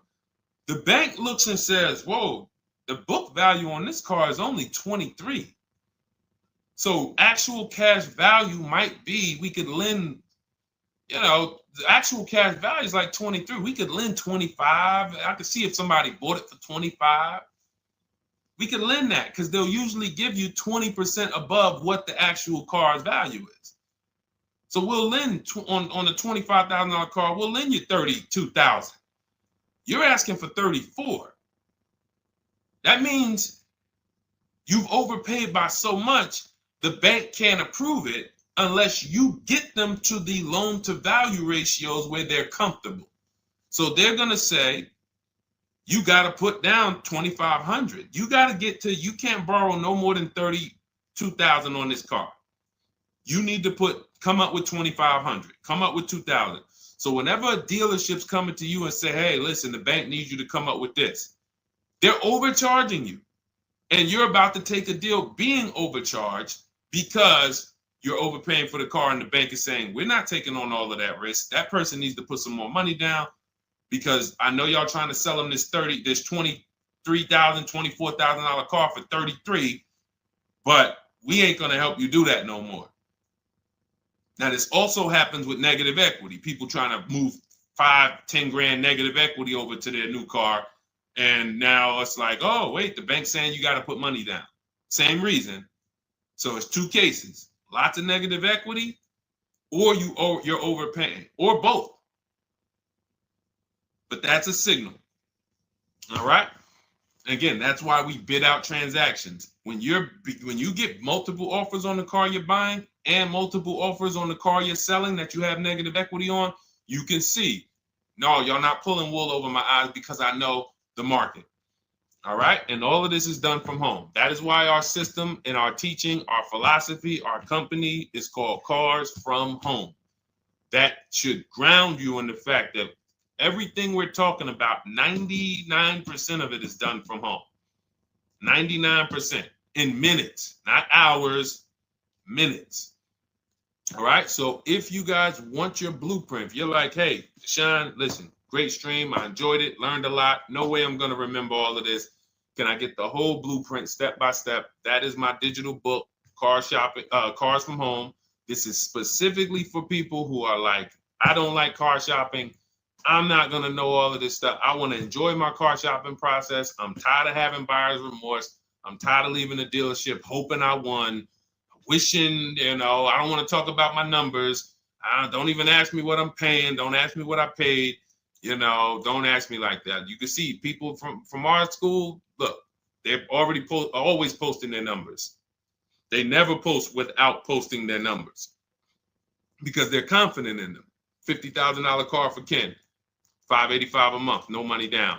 Look, Jen, she gets a 2025 Honda Pilot, $50,000 vehicle. She saves almost $6,000 off of the price, $5,600 off the price. We could do this all day long. Oh, this is a long one. Oh, graduated. I put $1,000 to hold the vehicle Saturday. The dealership we ended up made the best deal, easiest, quickest process, little over 2-hour drive away. That is a signal. What you're going to see a lot, and y'all are going to get used to it, is driving an hour, hour and a half to go to get that car from the dealer who won the bid. Convenience costs you money. Every one of our students, our book readers who use what we teach, they are absolutely prepared to be, oh man, the dealer that won the bid, they're taking off $15,000. Man, they're 2 hours away. That's a nice drive, ain't it? Nice drive. Oh man, I'm driving I never made this much money on a drive before. And then you start to see most of these local dealers, they think they got me because they see my zip code and they're like, well, this person ain't gonna shop. So listen, hit them at this price. They don't realize that that dealership an hour and a half away is like, hey, we got the car. Hey, we'll sell it to you for this.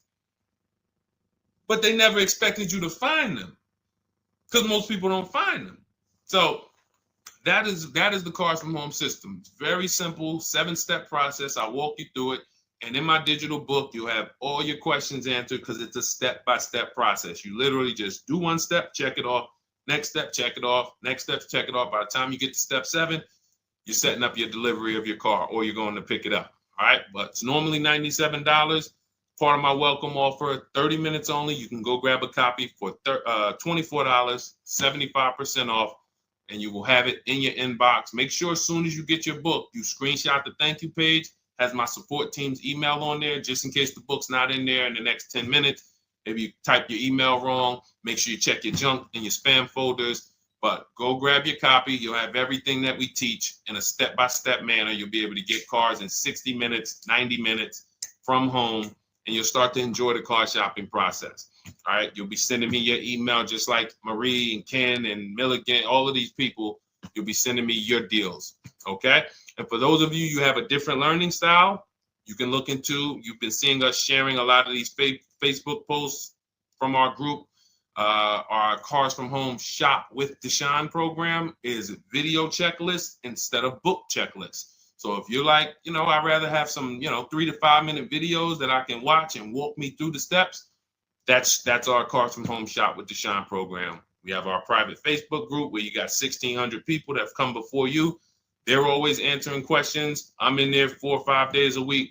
And then we do 2 coaching calls a month, first and third Wednesday. We actually got one shortly we're going to have. And, you get hands-on guidance. So that's hands-on, and some of you might like us to totally shop for you. That's going to depend on if you qualify. I would rather teach you to fish. The only reason we created Done For You is really for the wealthy people. I don't want you paying us to go shop for you. I would rather teach you to fish. But I know there are people who your time is so valuable, whether it's the money you make per hour. I could show you how to do this in 60, 90 minutes, 2 hours, but you would still say, I'd rather you guys do that. I got money to make. I'd rather be with my family. I want to be doing other stuff. Here, I pay for services that I believe in.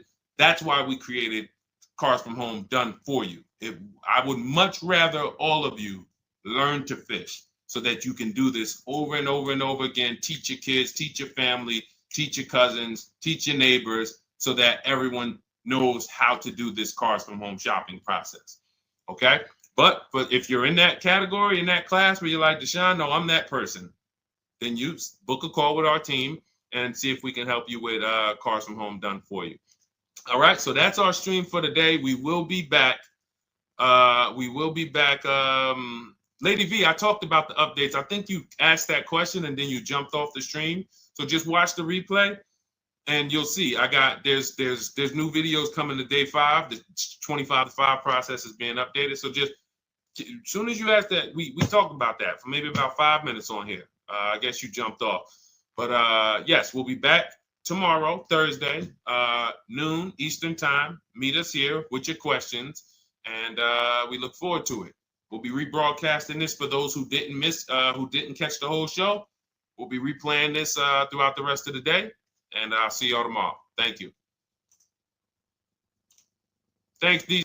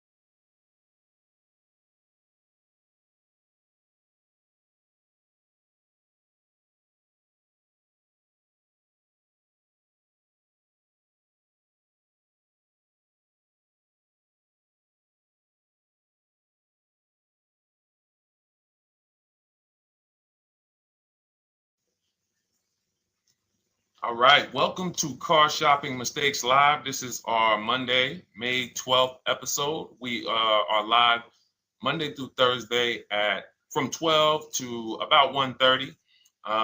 My name is Deshone. I'm known as Deshone the Auto Advisor. And what I do is make sure that people like you never overpay for cars. That's what we've been doing for the last 4 years online. And I spent over 14 years in the auto industry. Worked for General Motors for 5 years, Mercedes-Benz for 5 years, had my own new car brokerage. And now I focus on making sure you have the strategies you need from the inside. So what you're going to see is my perspective is very different, being inside dealers for 14 years.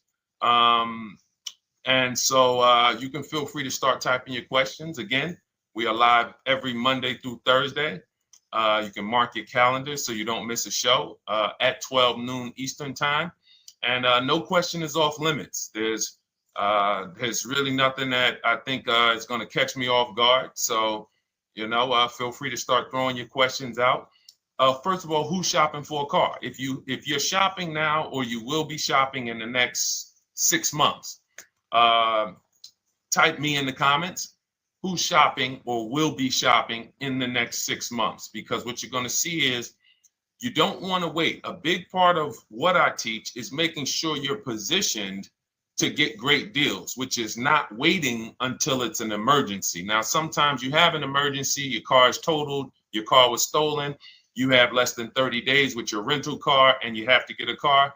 That's different.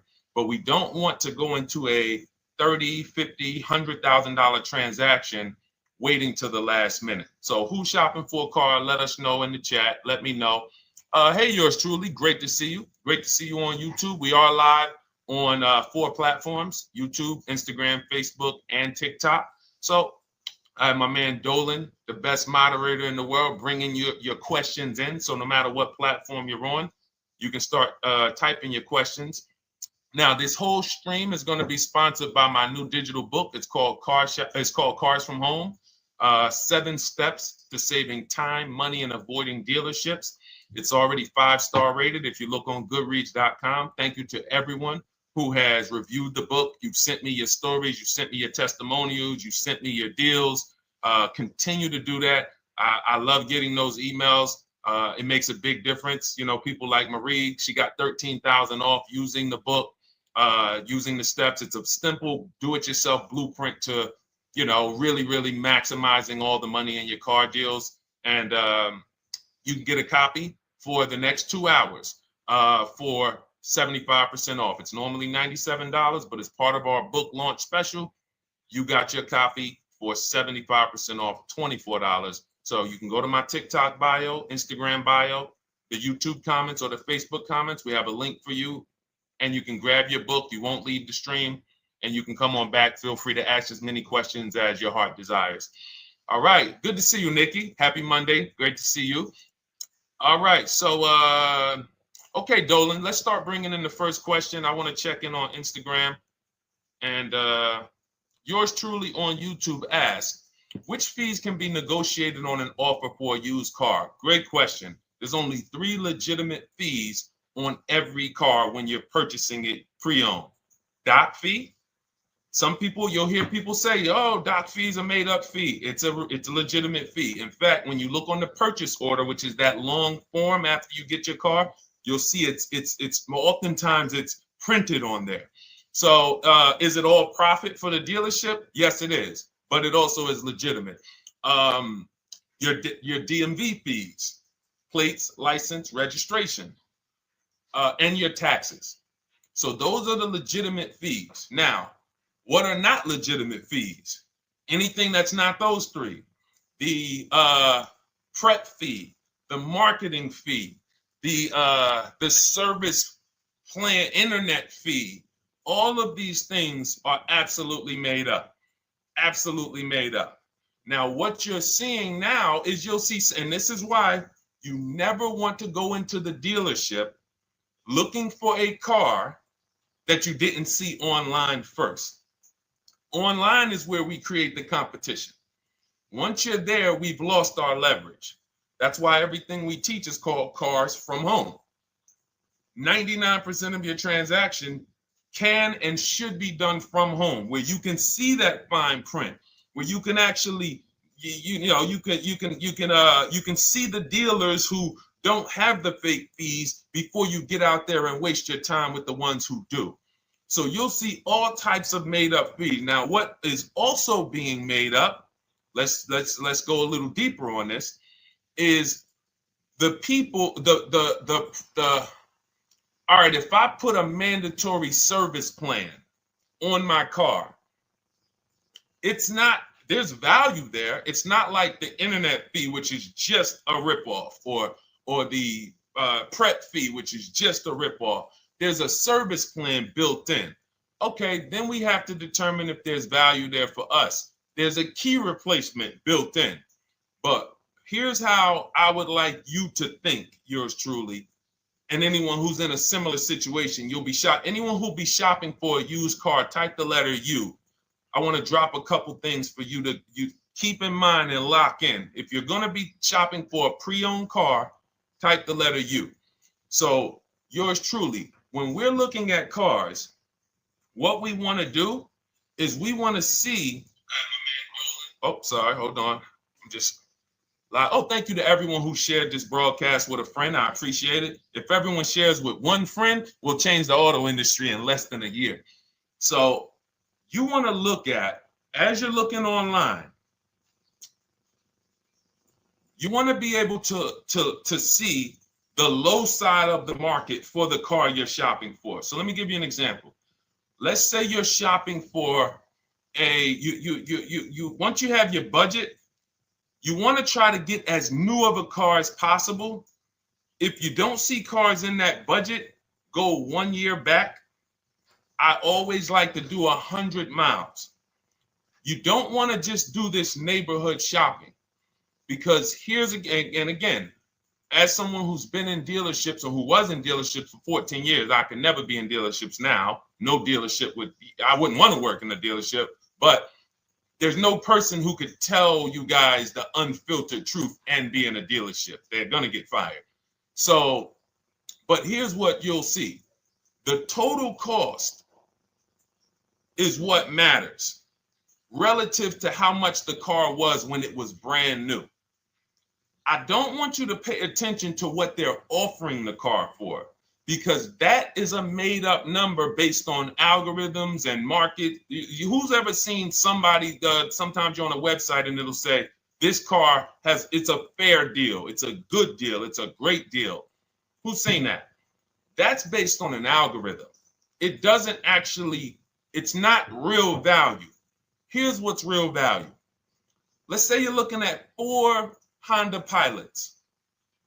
They're asking $22,000 for one, $23,000 for the other, $24,000 for the other, $25,000 for the other. So 22, 23, 24, 25, right? Now you're looking and you're like, well, these cars look a little similar. You know, this one, what's the best deal?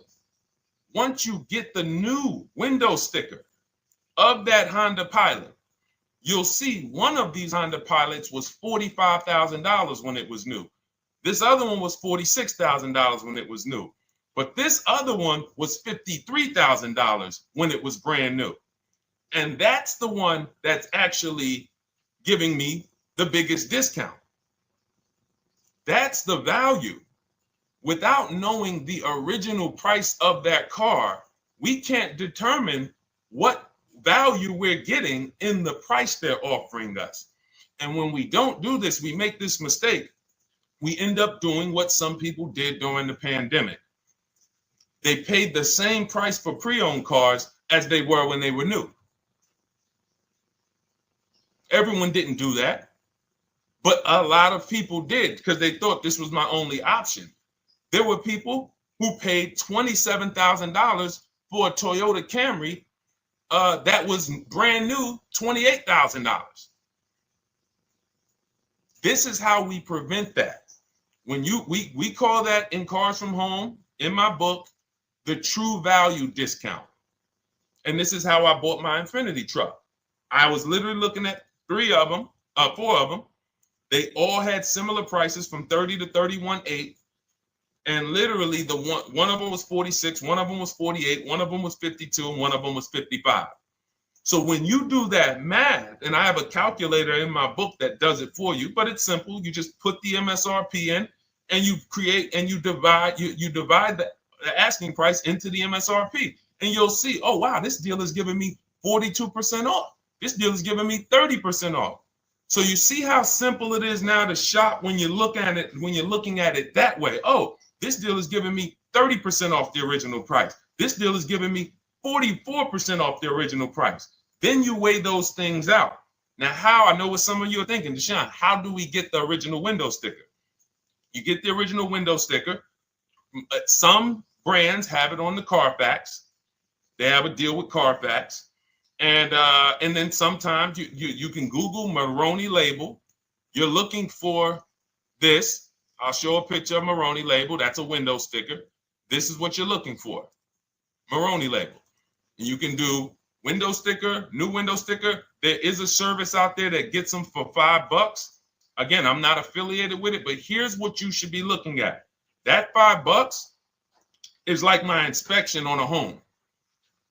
I'm only doing this for my top 3 to 5 cars.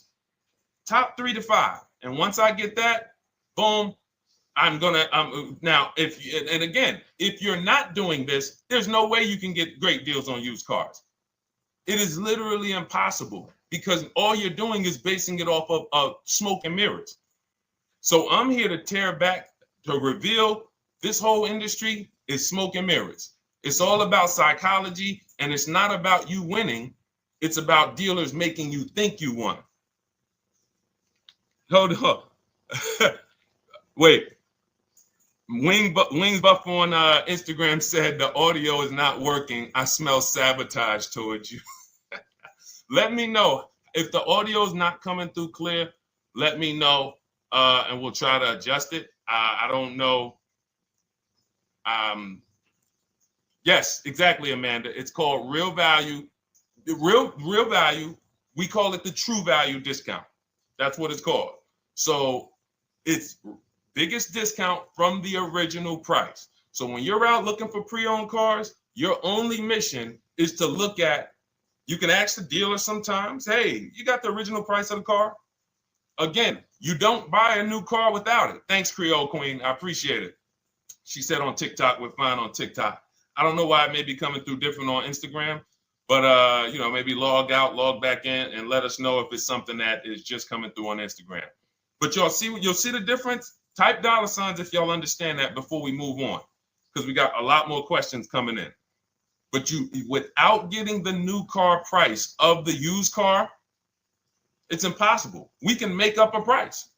We can literally just make up a price. Oh, we're asking $32,000 for the car. How do you know that's a good price? But when you know, oh, that car was originally $61,000, they're asking $32,000 for it. Oh, I saw another one over here. They're asking $30,000, but the original price was $50,000. It's not a good, you get what I'm saying? Lower price, which is what most people flock to. Oh, this one over here is $1,000 less. But that $1,000 less is getting you $8,000 less vehicle. Okay? Type $. All right, yours truly said she's good. Did y'all get that? Y'all getting this? Let me know if y'all getting this. All right. Thanks, Sweet Now. All right. We are live. This is our Monday, May 12th show. We do these shows Monday through Thursday, 12 noon to about 1:30 p.m. Eastern time. So we'll also rebroadcast the replay throughout the day. So if you couldn't catch it live, definitely catch the replay, and you'll be able to catch up on anything you missed. EJ, great to see you on Facebook. How do I buy a Tesla since they only are online and at one price? Great question. You don't negotiate with Teslas because they are actually one price. So when you look at a Tesla, you're actually looking at something none of the car dealers do, but they want to make you think they do it. One price, which means when you come into a Tesla in New Jersey, same price in California, same price in Florida, same price in North Dakota. Every other brand Every single car is individually owned and operated. Every car dealership. And, I remember like somebody came on the show and said, oh, Nissan is overpriced. I said, no, whatever Nissan dealer you went to was overpriced. There's another one probably 10 miles away. There's another one 15 miles away. There's probably 8 more of them within 25 or 30 miles. When they can make you think, oh, we're all the same, they got you. Big mistake. Very expensive mistake. Thinking every dealer is the same. They're all different. Even the ones that are owned by the same people, most times are still in some competition with each other. But Tesla, unless you're buying a pre-owned one price, no matter where you go, no negotiation. That's what it is. No other brand is like that, though. Go ahead, Dolan. Next question. Good to see you, Nia. Good to see you, Chantel Davis. Vanessa, good to see you, Maze of Empathy. Jonas checking in on TikTok. Great to see everybody checking in. Yes, exactly. Now, I'm actually pulling up something from my first book. It was called 52 Car Buying Questions Smart People Don't Ask That Cost Them Thousands. One of the questions was, how, when, and why should you visit a car dealership? How, when, why? There's only 3 reasons to be in a car dealership. 3 reasons. That's it. You're there to pick up your car because they don't deliver. You're there to test drive a car, or you are there to have your car that you're selling them appraised. That's it. You're meeting with the used car manager to have a car appraised. That's it. Everything else we do at home if you want to get the same results that the people are getting who are getting. Look, this is Christopher. Thanks so much for these resources. Read your entire book last night. I've already been underway trying to put my deal together. What a great book. I have my quotes together, and now I'm ready to take the next step with the calculator. Now, what he's talking about, notice he said I have my quotes, plural, because we teach something called the 25 to 5 strategy. You're connecting with 25 dealers. This is for new cars and leases. Different process for used cars. You're connecting with 25 dealers online. I'd show you how to do that in 20 minutes. This is not car buying school. We're getting these cars and these deals in literally less time than it takes you to visit one dealership and buy a car. You'll be there for 8-9 hours. We'll put in a couple hours over a couple days. And I'm getting them. Eventually, you'll be able to be as quick as me. I get cars in 60 minutes. Does not matter what I want. 60 minutes. If I'm following up on a deal a couple of months, maybe 90 minutes is going to take me. You'll get there eventually, but in the beginning, take you a couple hours from home. Because what you're doing is you're creating a competition. You're using the internet to create a competition. So we get 5 offers on every car. We will not buy a car without 5 offers, because the only way that you're going to see the 80%, we call them the 80%. That's 80% of dealers that are overpriced. The only way you're going to see that is to get 5 offers. It's going to blow your mind. That's when the veil is lifted. The first time now, if you want to do it your way, you want to call around, get the offers, call around, ask for it, try to not, fine, do it that way. As long as you talk to enough dealers to get 5 offers, because then you're going to see, whoa, they've been playing me. How is it that I'm shopping for the same car? I called and got the same. I called on this Hyundai Sonata. One dealer's telling me it's $480 a month. One dealer's telling me it's $450 a month. One dealer's telling me it's $420. One dealer's telling me it's $375. Another dealer's telling me it's $340. That's when you know you did it right. So and here's how you know you've done it right. If you don't see a $3,000 to $5,000 spread from your best offer, which we call the 20% dealers, to the worst offer, you didn't shop correctly. We have people all around the country, We've been helping people since 2021. In fact, during the pandemic, we had people really killing it because they were selling their cars for 7 grand, 12 grand more, putting that equity in their bank, doing leases, no money down. So it was a phenomenal time for people who had cars to replace and were making dealers bid to get their new cars. So doesn't matter the market. But until you actually do it, you're not going to, it's harder for you to believe it. You get what I'm saying? It's harder for you to believe, wait, you mean 8 out of 10 dealers are overpriced? 8 out of 10. That's why you must get 5 offers for you to see, wow. My highest offer is $200 a month more, and that's my local dealer. That's the dealer that's 20 minutes away, because oftentimes some of your closest dealers, when they see your zip code, they'll be like, oh, this person is not going to shop us. Let's give them this offer. It's that dealer that's 45 minutes away, an hour away, when they get your notification on their website and they're like, whoa, okay, this is a person in our competitor's market. Let's take this deal from our competitor. It's going to blow your mind. And then it'll be changed. Right now, you're just being exposed to the information. And the same thing on used cars. The best value used cars are $3,000 to $5,000 less than the highest price used cars. It's just what it is, because 80% of dealers are going to, even when they say it's their best deal, who's had a dealer say that to them? That's our best deal. That's the best deal we can do. Listen, that's the best deal we can do. Who's had that? Raise your hand. Who's in their car buying purchase, in their shopping, has heard a dealer at any time say, hey, that's it. That's the best deal we got, right? They're not lying. They're just not going to do, they'd rather you leave and they'll sell the car to someone else. Because they're like, we're not going lower than this. But here's the thing, their competition will. That's their best offer.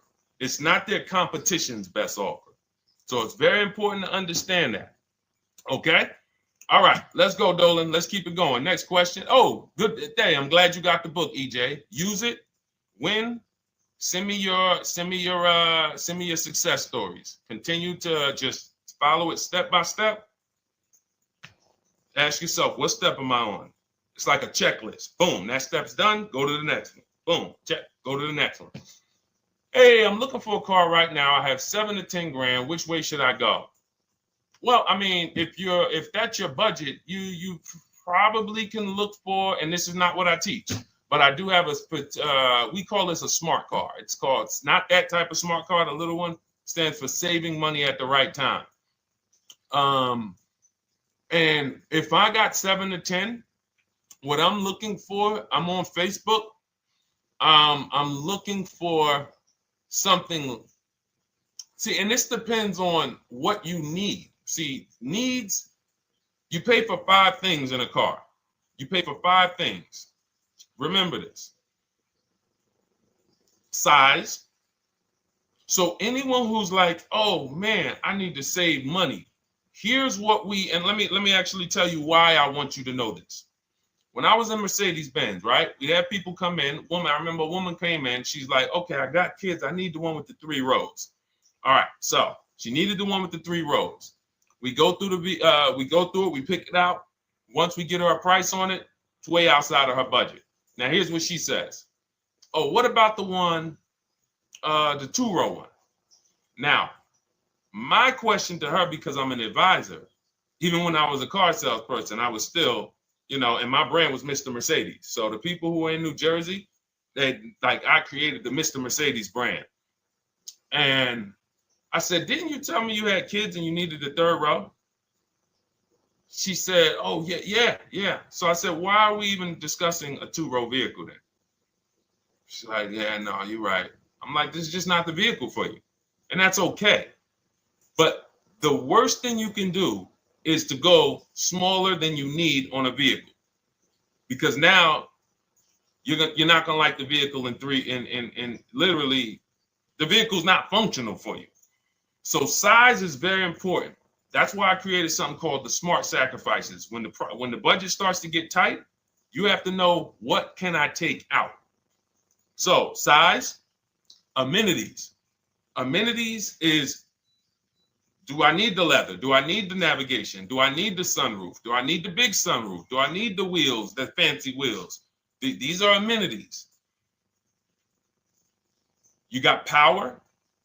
You pay for power. Do I need the engine? Do I need the bigger engine? Can I go with the standard engine? And then here's where the money starts to really go high.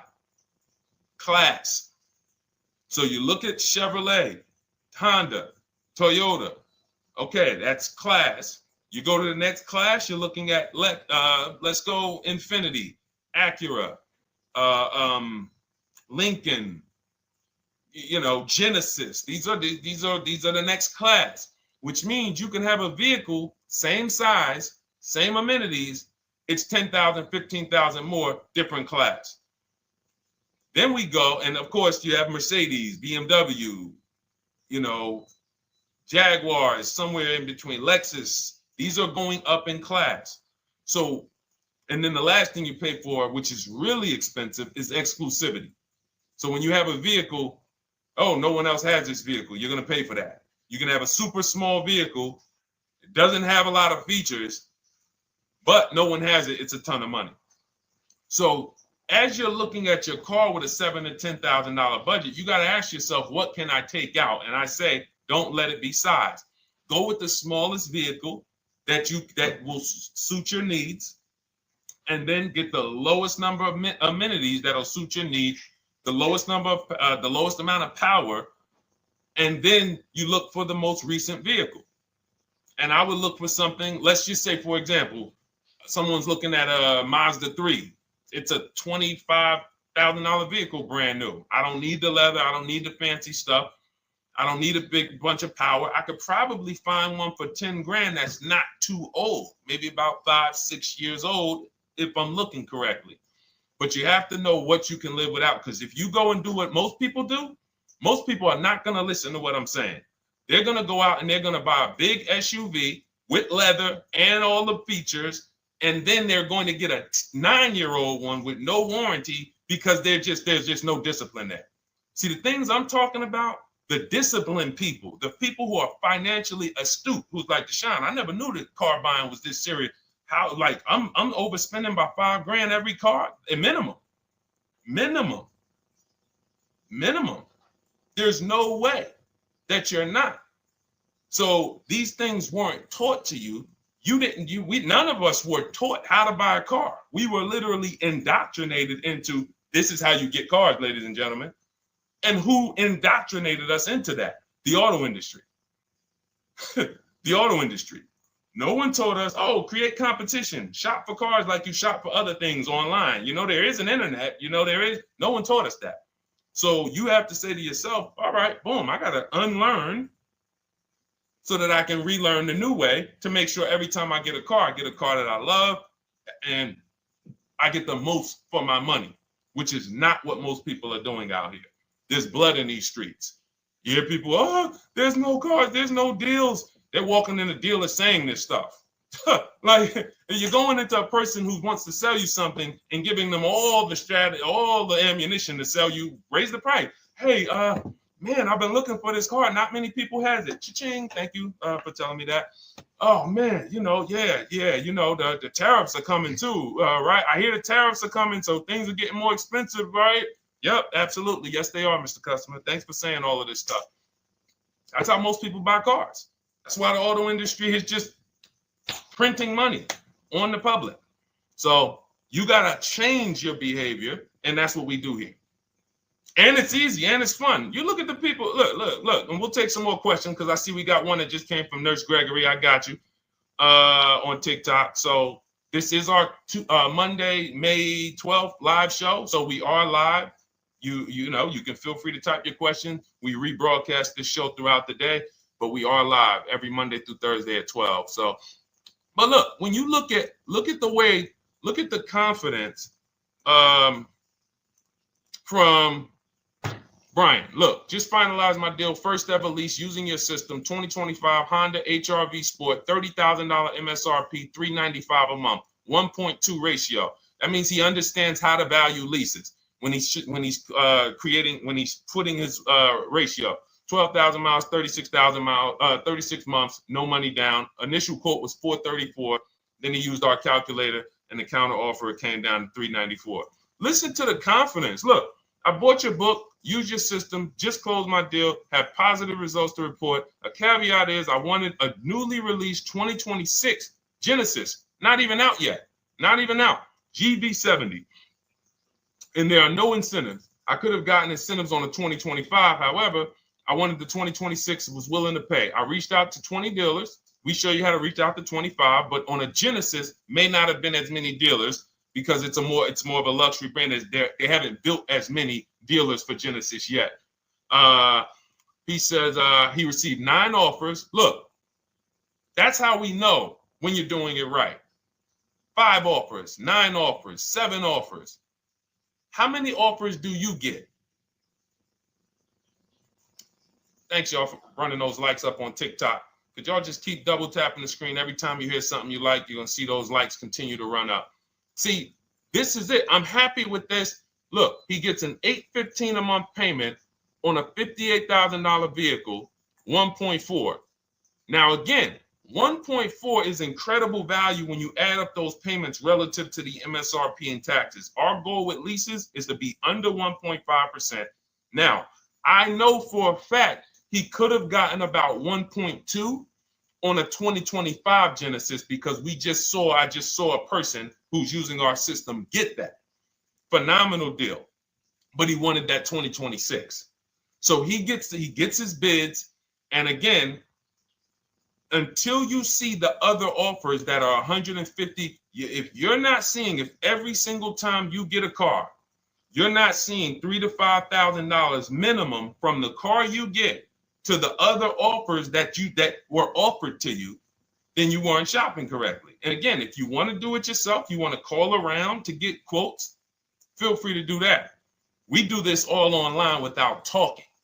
Who doesn't like to talk to dealers? Type me in the chat. You don't like to talk to dealers. So the people who are using our stuff, they're not going in trying to remember, oh, I'm in the dealership now. Let me say, what did Deshone tell me to say? All right. Oh, man, I'm not supposed to tell them about my trade-in. That's old 2005 stuff that car dealers been on. We've been knew about that stuff, that you were holding your trade-in till the end.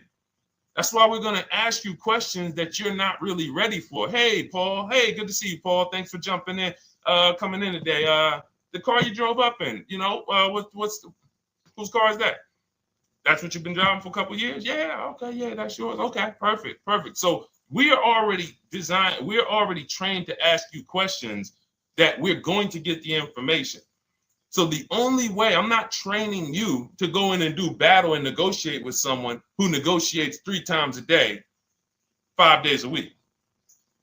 When you step back, start making dealers negotiate with themselves. That's what bidding is. You're going to see, whoa, it's easier to save money from home than it ever was going into a dealership. All right. Good to see you, Jamel, on YouTube checking in. Good to see you, Paul, on Facebook checking in. We are live on Facebook, Instagram, YouTube, and TikTok. And for those who, hold on, let me see. Do I got any sharers? Who shared the broadcast? Raise your hand so far. Raise your hand so far if you shared the broadcast with a friend or if you hit the share button. Nurse Gregory? All right, Nurse Gregory, send me a DM. You got a free copy of my book. Let's see. That's it. I don't think we have any. No, if you share now, it's too late. So I wanted, let me see. Because Nurse Gregory, you have been on the show for a little minute. See, I do that stuff every now and then. I do that stuff every now and then. That's why when I ask you guys, like, to help me get this message out so we can help more people, you never know when I'm going to just say, you know what? You got a free copy of the book. So, I ask you guys to continue to share this broadcast so that we can help more people. Like, this is not about, because follow me. until most of the country is actually shopping from home, it makes our job shopping from home a little bit harder, because literally dealers know on a weekend, they come to us on Friday, hey, how many appointments we got? We got 200. 200 over the weekend. So they expect you guys to walk in. So until that goes from 200 to 100, and they're like, whoa, what's going on here? Whoa, people are not really walking in anymore. We're getting half the appointments. Oh, wait, what's going on? We only have 50 appointments. Memorial Day weekend, we got 100. We're normally at 300 appointments over a Memorial Day weekend.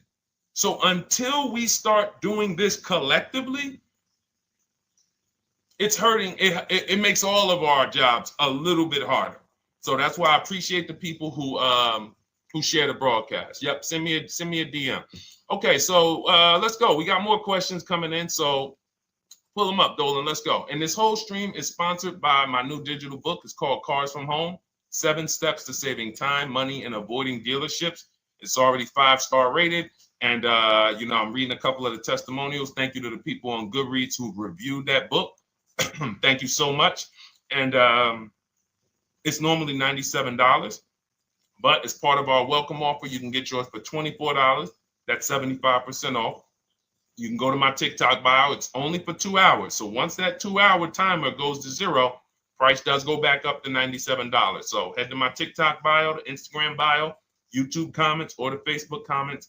Grab yours for $24. Save you 75%, and just use it. It's a step-by-step blueprint checklist to dominating the car market. Okay? And someone remind me to talk about the 3 pillars of great car deals before I end the show. Please, the 3 pillars of great car deals. We got about another 45 minutes, but remind me before we end the show. If you don't operate with the 3 pillars, there's no way you can get a great car deal. And I know this sounds like bad news, but I can't get you the good news. I'm like a financial doctor. And we have financial cancer when it comes to cars. So it's not a pleasant thing, but we can get you to the other side. You're losing a ton of money. You're losing equity. You don't even know you can sell cars without the title that you haven't paid off yet. You don't know you can sell leases. All of this stuff is costing you thousands and thousands of dollars, but we can get you to the other side. Third, so nowadays, it's always better to just buy new, especially if you plan on keeping the car long term. No, absolutely not. If I'm keeping the car long term, there's something. So step 1 in our book is called the 8-year rule. It's the 8-year rule. Who's always wanted to know what's better, buying or leasing? Type me if you've always been like, Deshone, I hear about buying, I hear about leasing. When is it better? When is it better to buy? When is it better to lease? Who's had that question? We have an anchor called the 8-year rule, which answers the question. The next car you're buying, how many years are you planning to keep it? Type it in the chat. We had a bunch of people that said they'll be shopping. The next car you're going to be purchasing, how many years do you plan to keep it? Okay, Nurse Gregory, I see 5. Okay, let's get some more answers. How many years do you plan on keeping the next car you are going to purchase? 2 to 3 years, Jamel Singletary. Perfect. Good to see you, Jamel. Rain King Leo on Instagram, 2 to 4 years. Perfect. Okay. Paul on Facebook says as long as possible. You got to go with a year.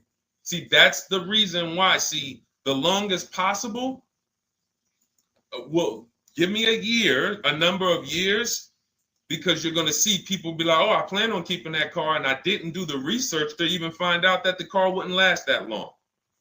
So, I'm not going to buy certain cars planning to keep them as long as possible, because it says literally around 100,000 miles, I'm going to start having problems with them. So if I buy them pre-owned, then I get to 80,000 miles. I mean, car starts having, so we need years. Mel Nelson on Facebook, 9. Paul, I see you, 10. Okay. Danielle Rosario on YouTube, 5 at least. So check this out.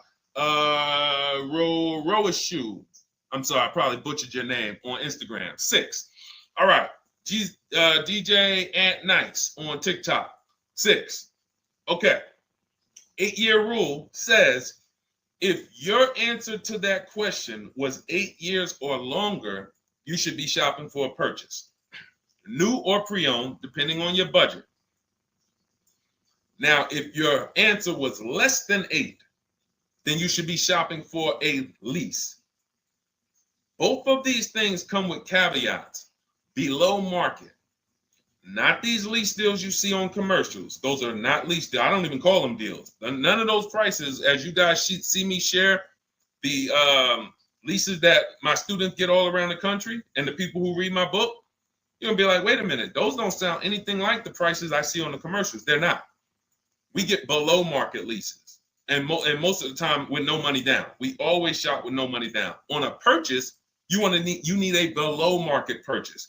Again, you should see $3,000 to $5,000 above on other cars that you didn't buy. So the car you got, whether you're purchasing it or leasing it, it should be $3,000 to $5,000 below the other offers that you've seen, the other cars that you've seen online. So when we look and say, do we go new or pre-owned? And I know some of you got shocked with who was taught never lease a car. Like when I just said the 8-year rule, and I said, hey, all of you who your answer, Jamel, 2 to 3, you should be shopping for a below market lease. Dario, YouTube, you should be shopping for a below market lease. Madison, Marv on Instagram, below market lease. Yep. Rain, you've had your car for 3 years. You're already debating getting rid of it. You should be shopping for a below market lease. Yep. Nurse Gregory, below market lease. DJ Ant Nice, below market lease. We'll talk about that in a little bit. You can ask why. But raise your, if you were taught never get a lease, never lease a car, let us know in the chat and we'll handle that. But I want to answer the rest of this question because he asks, is it always better to buy new? So if his answer, for those of you who said, I'm keeping more than 8 years, I'm not breaking the 8-year rule, I'm shopping, don't think about leasing. You're keeping at least 8 years, leasing should not even be in your vocabulary. Now, new or pre-owned. That's based on 2 things. First is budget, because you want to go over your needs and say, what do I need? Can I get everything I need in a car for my budget? New? No. Most times, you can't. So if you have a large budget and you're like, Deshone, I could actually go new or pre-owned. What should I get? Now that's a matter of your values.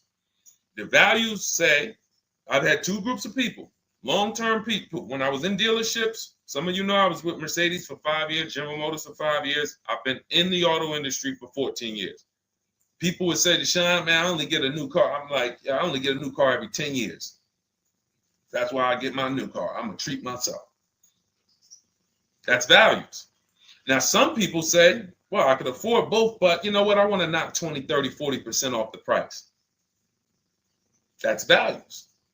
So it's a matter of your values. If you can afford both. But no, there's no one-size-fits-all formula. That's what got you guys in trouble. That's where you get in trouble at. Listening to people online and say, all of you should do this. All of you who's heard people say, this is the funniest thing in the world to me. Who's heard people say some teachers, car gurus who've only bought 30 cars in their life, they think they're a guru. Who's heard them say, never buy a new car? No one should ever buy a new car ever. Who's heard that? Who's heard that? Who's heard that? I'm going to tell y'all how funny this is and how bad this advice is. And one day, I would love to be on a panel with like people who talk cars. All I need is 10 minutes. We're gonna rip them from leasing down to everything. So everyone should buy a used car, right? Oh, wait, I don't want to talk about your dad though. Miss you dad. She said I heard it from my dad. All right, but your dad probably is not saying everyone should buy used cars. There are people who say, all right, Paul, you've heard it. All right, Rain King Leo, you've heard it.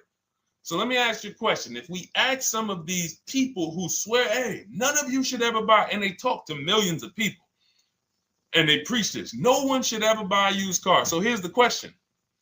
how do the cars become used?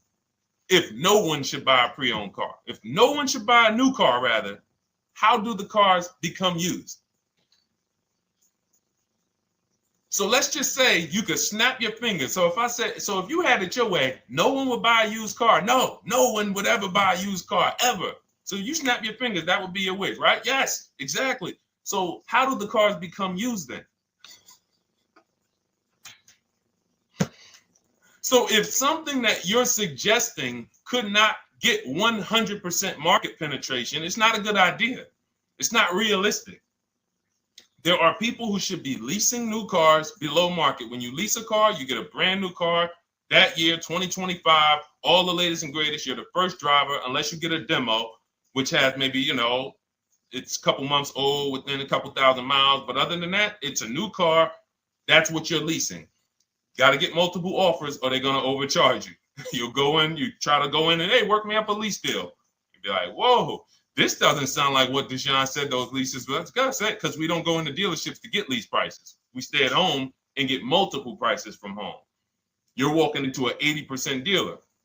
But yes, that's the difference. So the 8-year rule is to be your anchor for when I should actually be buying or leasing. And then once you go and say, I'm buying because I'm keeping 8 years, then you let your budget dictate whether you're going to shop new or used. And then you if you could afford both, it's a matter of your values. You want to treat yourself to a new car because you can afford it, make sure you get a below market deal, multiple offers, or do I want to get a pre-owned car so I can knock 20, 30, 40% off the price? Okay.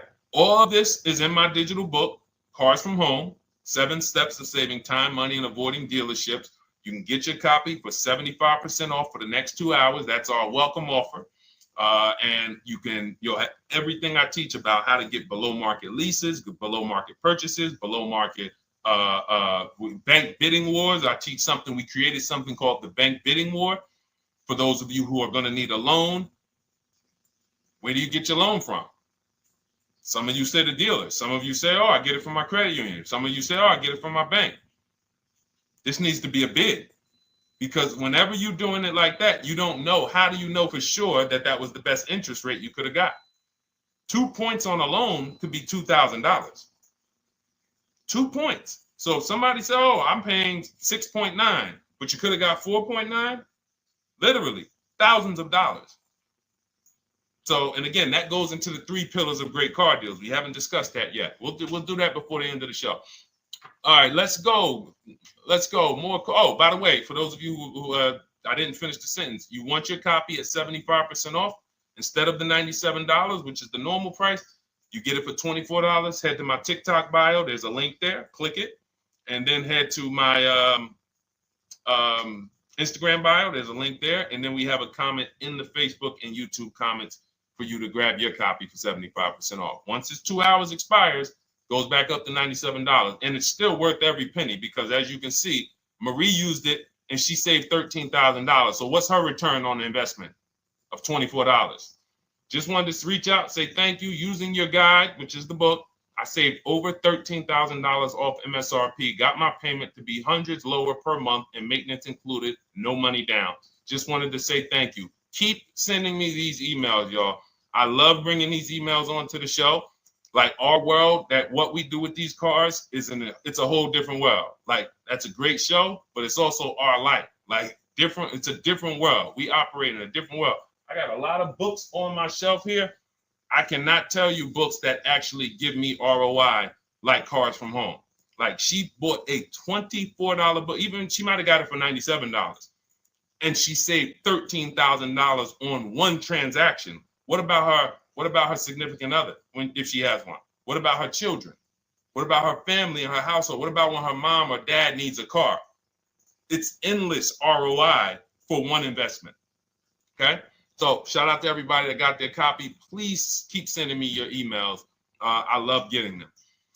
Let's go, Dolan. Next question. Awesome, DJ and Nice. You're gonna love it. Like, let me just say this one thing. Keep Dario's Dario from YouTube, keep his question up. But I want to say this to you, DJ and Nice. My niece, she's 20. Some of you heard me talk about her on earlier streams. She told me, listen, Uncle, when she asked me, what should I do? I said, I knew she's not keeping the car 8 years. I asked her because there are some young people who just are not into cars. Like they will literally drive one car long term, but typically in your 20s, things are changing, jobs are changing, families changing. Your needs for the car may change. So I'm like, listen, 8-year rules. You should be shopping for a lease. You're going to save way more money. Most people go out there and they'll tell you go buy a used car, and they'll put you in a used car for $300, $400, $15,000 is only, that's $300 a month. They'll go and put you in a, $400 payment, $20,000 used car, $18,000 used car. You barely got a warranty. Maybe you got no warranty. So in a year, 2 years, you better have a tow truck on speed dial, just so, you never know. You get what I'm saying? Not saying it's a bad car. Used cars, 5-year-old, 6-year-old, no warranty. You better have roadside assistance. So I said, let's do this. Pick a new car, go drive one, pick one under $30,000. Because she said, I would like my payment to be like, under $350. I'm like, all right. She's got her credit to where it needs to be. This is why we should have our young people with their first credit card early, or as a what's the term? It's slipping my mind. When we add our our people to our account as parents, authorized user. And so she goes out, she drives the Hyundai Sonata. I said, okay, perfect. She said, I like the car. We get her offers. We started getting offers for her Thursday. By Saturday morning, her best offer was $338. We sent out counter offers because I have a counter offer calculator in my book. So when we get the offers, this stuff takes you minutes. Again, I'm not inviting anyone to college to be a car salesman. I'm inviting you to a system that will help you get cars in 90 minutes. So we get her offers. We send out the counter offer. We're probably going to land somewhere around because she only needs 10,000 miles. She's probably going to be about $295. Brand new car, 2025, $26,000 car. And so compare that. You get what I'm saying? So when you say DJ, and that was my experience. When I worked for General Motors, I went and leased my Pontiac. My boss is the one who showed me how to do it. I didn't even understand leasing. I was 22. He said, listen, even though I was selling leases, I was just a number. Most car salesmen are this. Y'all, this sound familiar? All right. That's what you want, sir? You like the car? Is this the color? Okay. Let me go get the numbers from my manager. You get what I'm saying? They don't understand the numbers, and that's how I was at 22.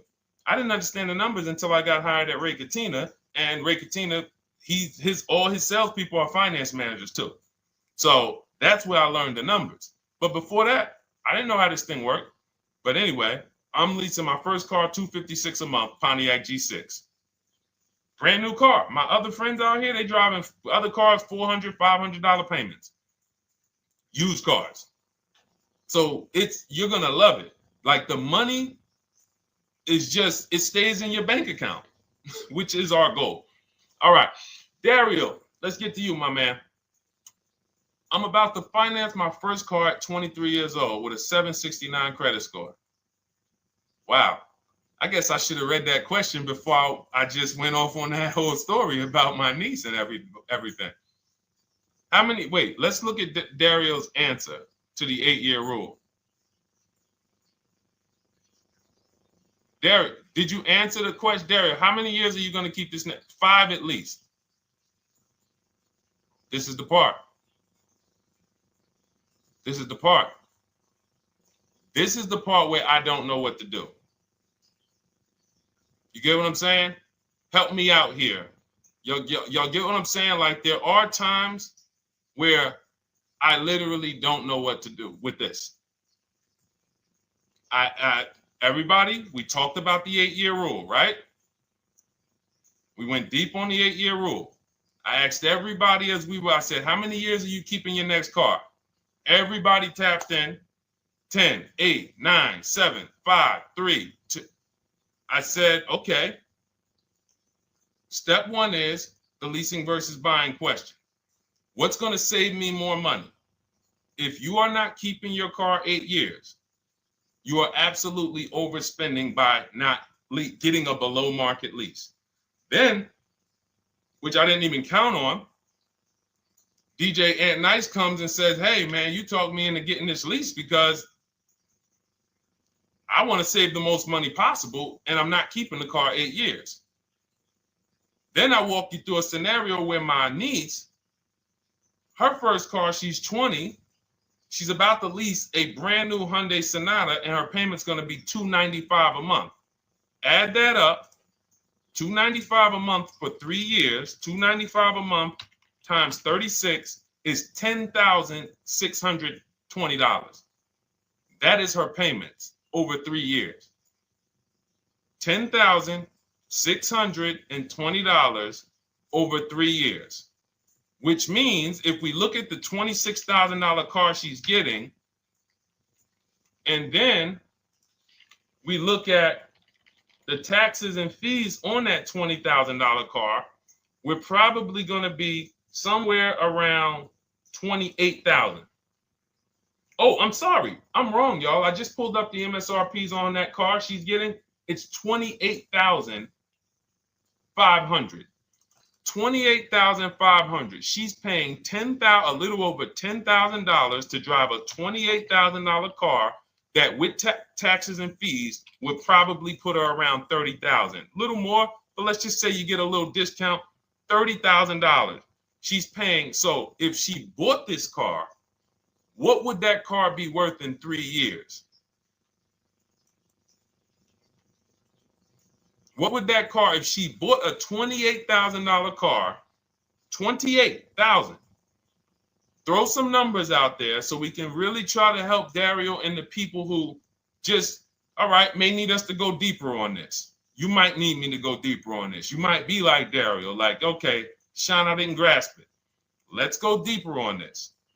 What would the car that she's getting, my niece is about to get for $28,000, $295 a month, what would that car be worth after 3 years?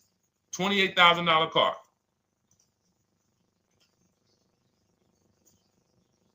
KJ Wonder, it's in the bio. Just click that link in the bio and you'll see a link that says $24 welcome special. Go grab it and come on back to the stream.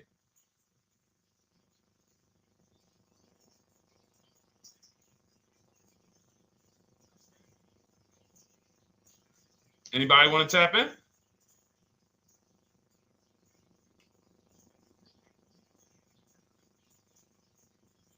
Thank you, DJ and Nice.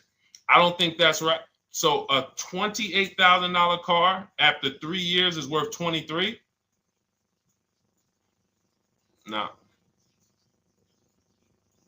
That's not after 3 years. That's probably like 1 year. After 1 year, it'll probably be worth 23.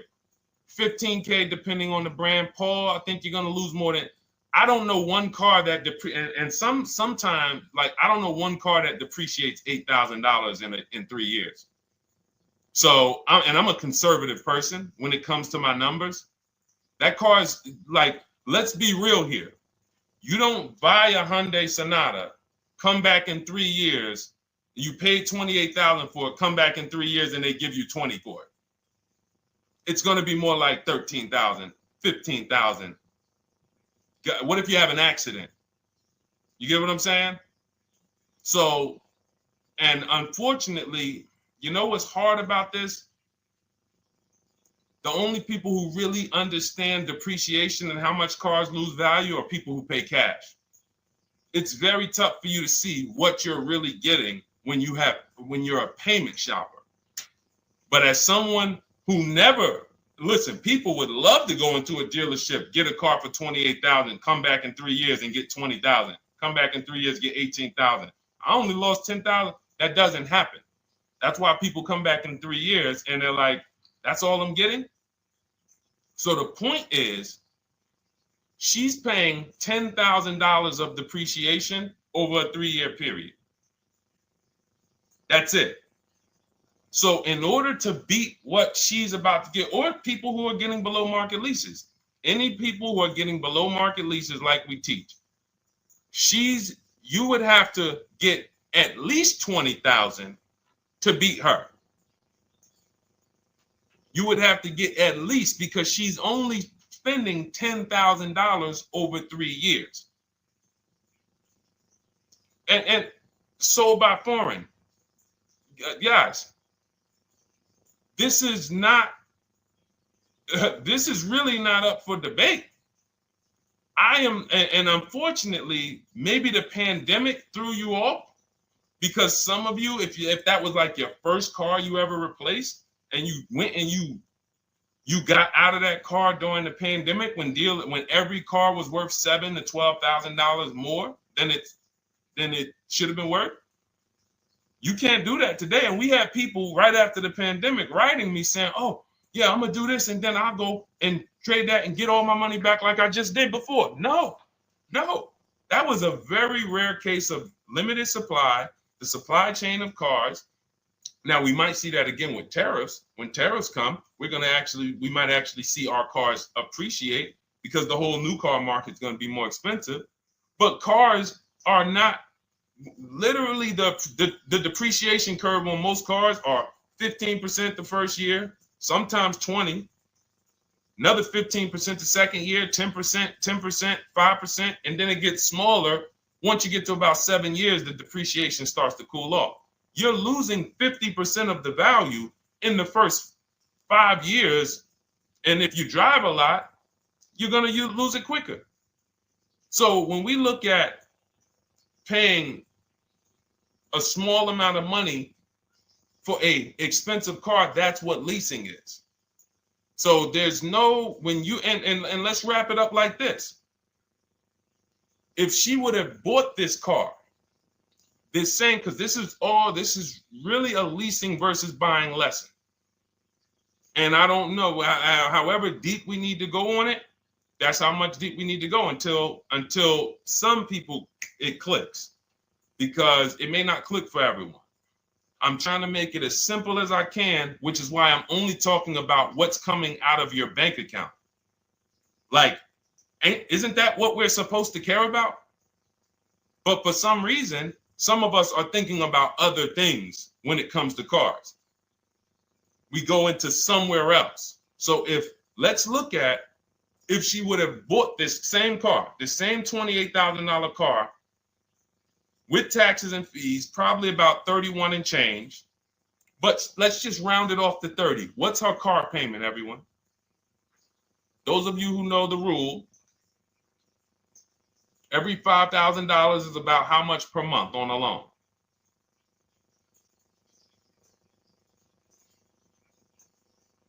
Every $5,000 is about how much on a loan?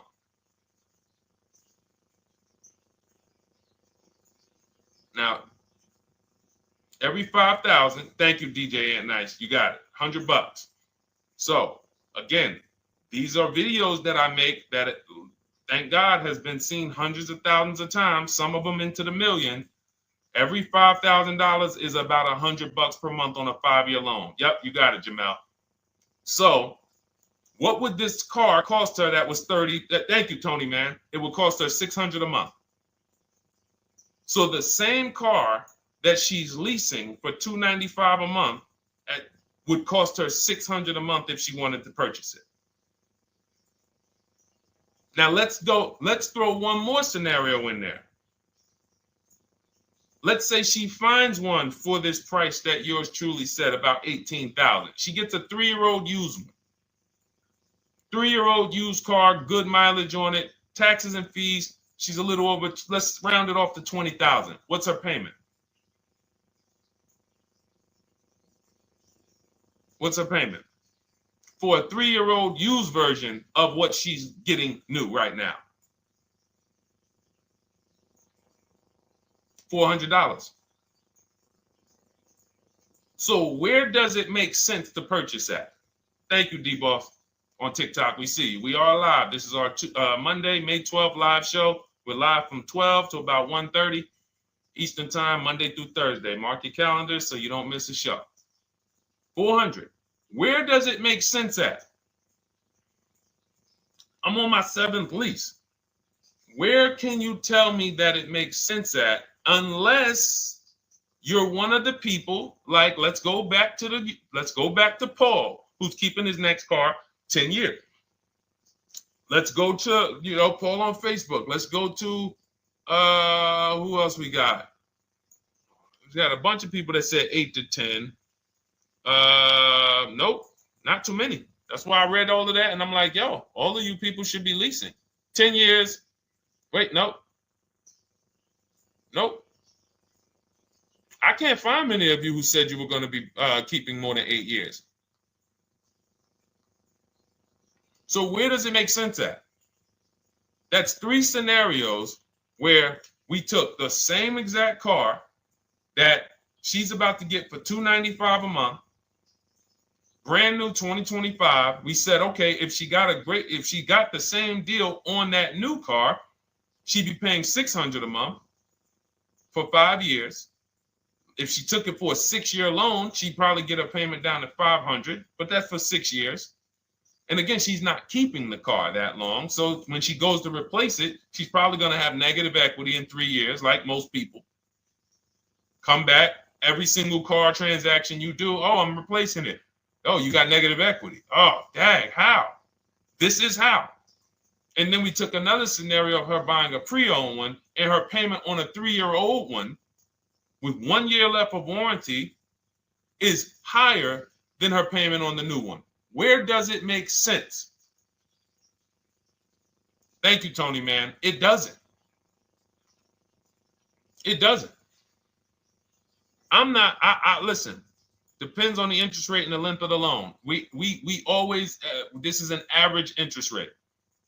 So it's not going to be, your interest rate isn't moving you from from every $5,000 on a loan being $100 a month to every $5,000 on a loan being, $50 a month. No, it's not the way it works. Good interest rate, maybe every $5,000 is $90, 85 tops. It's not 50, to the point where, and this is how people get in trouble. That's why our people don't get in trouble, because they don't go in looking at a $20,000 or $30,000 car saying, oh man, I'm gonna get that to $400 a month with no money down. Yeah, you'll get it $400 a month with no money down. Your loan's gonna be 96 months. So when we have these boundaries, this is how we move.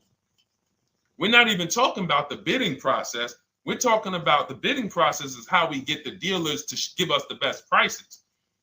Right now, what we're talking about is structuring our deals. Because if you go out and you get a great deal on a purchase, but you should have leased, you got a bad deal. You got a bad deal. If you go out and you get a great deal on a purchase, let's just say she gets $5,000 off this car. So instead of 30, she purchased it, she got them to knock off $5,000. Her payment still, instead of $30,000, it's $25,500 a month. Thank you, Just Enjoy, appreciate it. It's fine. So a great deal on a purchase, when you are not keeping the car 8 years, is a bad deal, because it cannot compare to if you had gotten a below market lease. It just doesn't compare. That's why I'm showing you these numbers. I'm a math person. I was in calculus as a junior. I love math. And my goal is to try to make the math simple by just showing y'all, hey, here's 3 scenarios: new car, used car, lease. Here are the numbers: $600 a month, $400 a month for the used car, $295 a month for the lease. But we say we want to save money. We say, oh man, things are getting more expensive. Money's important. But we're still letting old mindsets make us do things that don't serve us, because we were taught that, even though it makes no financial sense. So the hardest thing that I have to do is get you to unlearn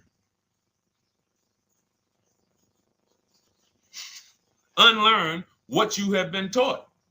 That's why I represent this brand, because I realize I can't do anything for you until you get rid of the bad stuff that you picked up.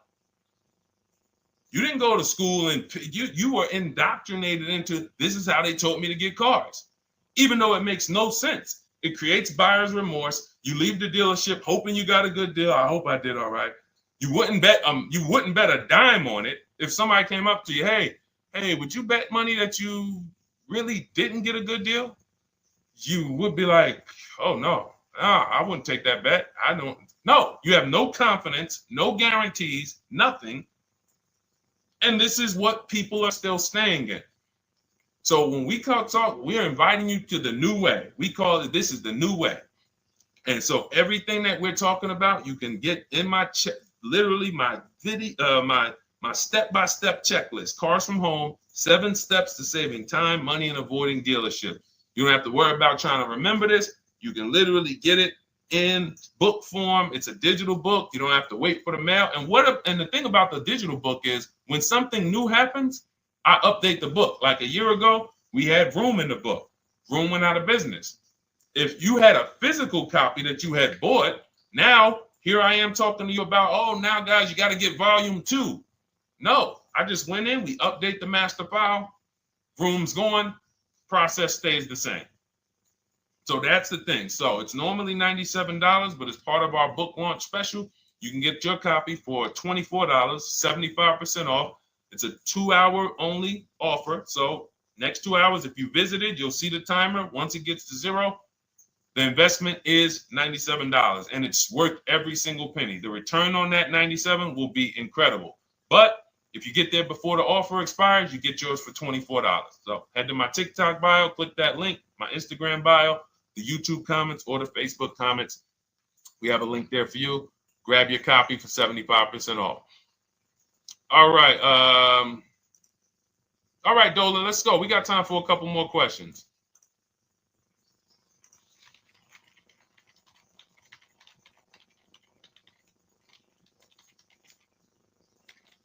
Okay, I'm shopping for a 2018 to 2019 Platinum Escalade. Should I buy in town, or what do you feel about delivery charges from out of town? I would compare. So it goes back to what we started talking about on in the show when we first started. Total. This is why you need to know the original price. So when you know the original price, what you're looking at, and this is everyone who's shopping for a used car. Without knowing the original price, you're just grabbing at straws. You're buying based on made-up prices. You don't know. How do I know he's asking $65,000 for it? How do we know that's a good price? You don't. Buyer's remorse prone. Zero confidence in what you pay. But when we know the new price, oh, the original price of this one was $102,000. Original price of this one was $110,000. Original price of this one was $90,000. And when we get into more expensive cars, the losses become way more. To whom much is given, much is also required. So the losses on 80, 90,000, 200 Bentleys, Rolls Royces, the losses become multiplied dramatically.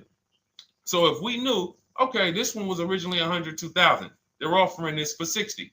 Oh man, they're giving me, 50, they're giving me 45% off. Oh man, this one right here was originally $90,000, but they're offering it to me for, $64,000. Well, they're only giving me 30% off. So you'll look, without knowing the original price, you're buying the wrong car because you're not buying based on value. You're buying based on made up prices. We think this is a good price in the market, but what is the discount off the new vehicle? That's the only thing. And then you use that and you say, okay, well, this one's giving me 45% off. It has 29,000 miles. This one's giving me 30% off. It only has 15,000 miles, and you can judge more accurately. You can judge accurately when you know real discounts versus nothing. So we must know how to get the new price. I mentioned it. Some brands have a agreement with Carfax. You can get it on the Carfax. Some brands have and some brands you can go to Google and Google the window sticker or the Maroni label, and you can get it that way. And then you'll see some companies that may sell it. But again, I'm never buying a used car without knowing the original price. And anyone who's listening to me and using the Cars from Home system, none of these people, Christy, look, none of these people, Milligan, Courtney, Melissa, Sheree, Ken, none of these people are buying a used car without knowing the price, the original price. That's how they get you. So when we look at what the price is with delivery, we're just factoring that in to the overall. So with the delivery, I'm still getting 42% off the original price.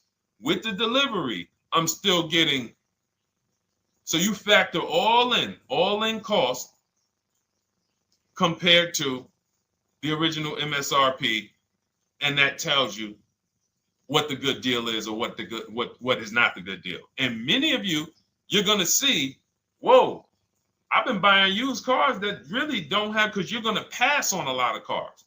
Once you actually start using what we teach, it's an elimination system. It's a sorting process. We weed out the garbage. So a lot of the cars that you would have normally gotten thinking it was the good deal, you're gonna see, whoa, if I didn't know this, I would have got that car, because that car is $2,000 less money online. But when I got the original MSRP, I see that this car has $20,000 more equipment in it. MSRP of this car was 105. MSRP of this car is 85. Whoa. And it might not be that dramatic, but sometimes especially on some luxury cars, it will be. It'll be that different. So this is how we gauge value. So when we pull off in the dealership, you see people, they send their numbers. You're going to be quick to write me. Man, I can't wait to write Deshone and tell him about this. I can't wait. Man, you're going to be just like all these other people, all these people we show. Rosalie, I can't wait to write him because I am confident in my deal now. Like, whoa, bro, I just got a used car. I got 48% off the original price. Man, confidence. Would you bet money that you couldn't have got a better? No, yeah, I bet money, man. I did my research, man. I stayed at home. I used the internet like you walked me through it. There was no better deal. I had to, and you know how I know? There's a couple signals that I look for. People say, man, I had to drive an hour and a half to pick this thing up. I'm like, I know you did it right. People want that neighborhood dealer to be, oh, that's my dealer. You own it? No. Somebody did that. Hey, yeah, I work out with a guy at the gym. He came up to me one day. He said, yeah, because I went to my dealer the other day. And, they was telling me. So when I hear this, that just literally is like, oh, you own a dealership? Oh, no. I mean, you mean the dealer that sells you cars and services? Yes. Okay. See, it's just these are not our friends. People inviting their car salesmen to their barbecues. Start making them bid. Watch how quick you see Charlie is not coming to the barbecues anymore. You got your car salesman coming to the barbecues with you. Hey, how many cars? Oh man, this is Charlie. Charlie, let me introduce you to my neighbor Jane. Charlie's been selling our family cars for years. Charlie's like, yeah, hey Jane. Yeah, hey, listen, Charlie, how long we known each other? Well, I knew your grandfather first. Yeah, listen, Charlie, hey, watch you start one transaction where Charlie gets a message, your message from online. Hey, this is Nicole Stewart. I'm looking for this car. We have all of these templates in my book too, so you don't even have to think about what you're going to write. You just copy and paste them.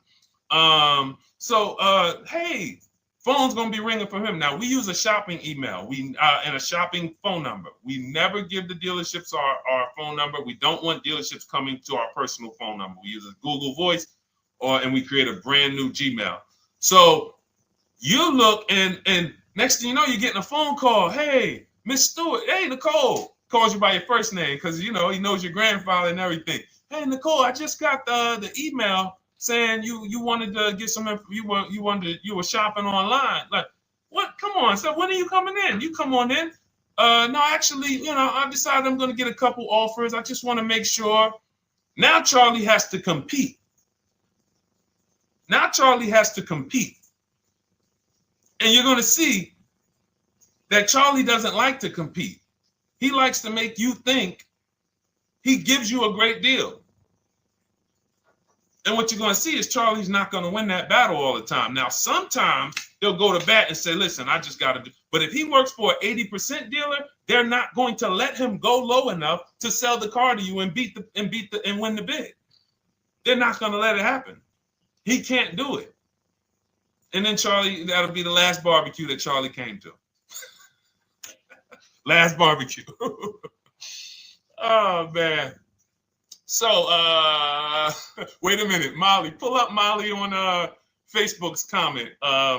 Dolan, she just commented. We are live, y'all. This is our Monday, May 12th show. We do these shows from Monday through Thursday, 12 noon to about 1:30. So make sure you set your calendars and tell your friends and family, because they're out there shopping right now and they're getting their heads chopped off. I hope YouTube doesn't censor me for that, but they are. And if we were to look at their car deals compared to what our people are paying, you would be like, yo, they got. So pull up Molly's comment, please. Okay, there we go.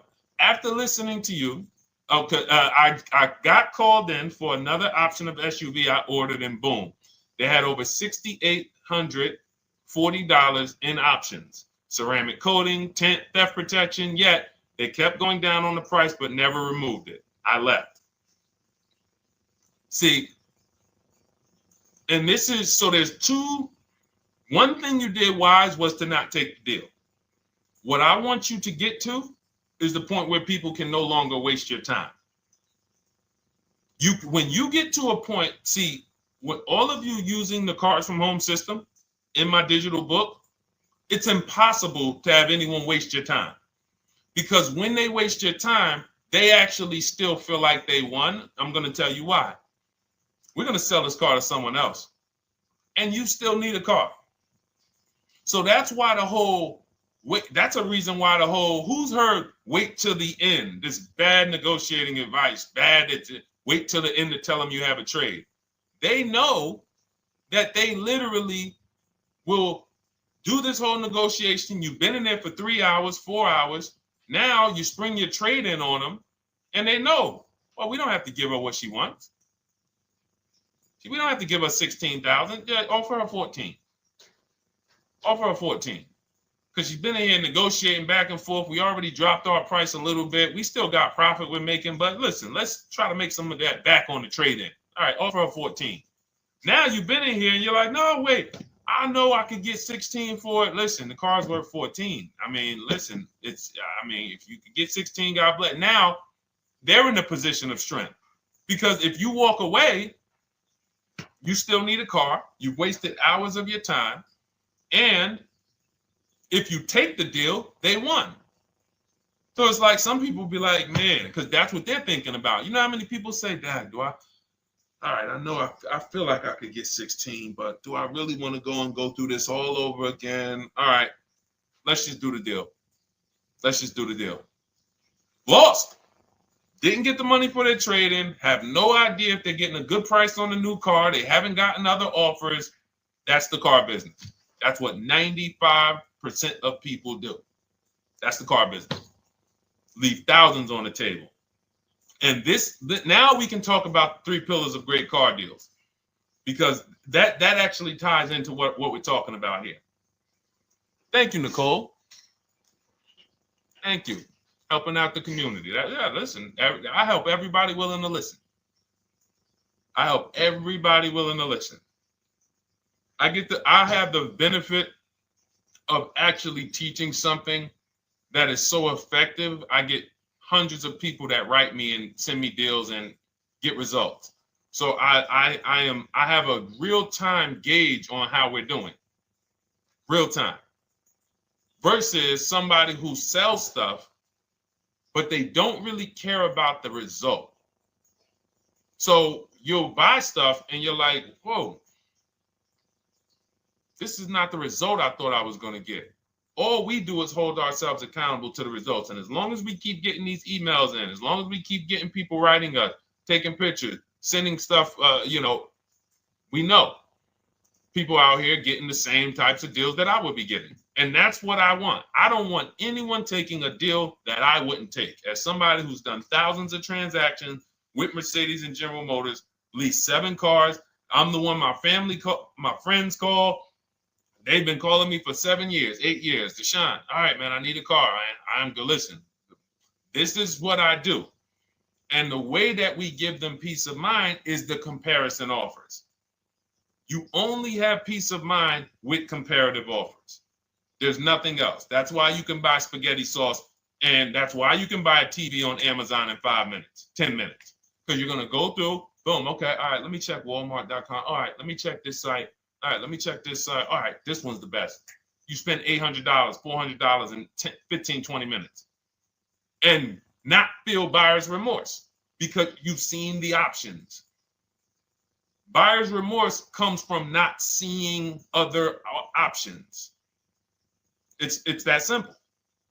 All right, let's go. All right, Dolan, we got time for. All right, yeah, throw another one in, Dolan. Let's go. All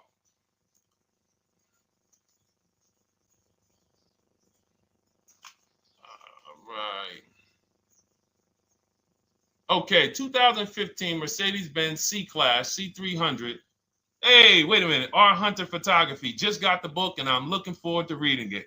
Congratulations. Everyone who got your book, just type book in the comment section.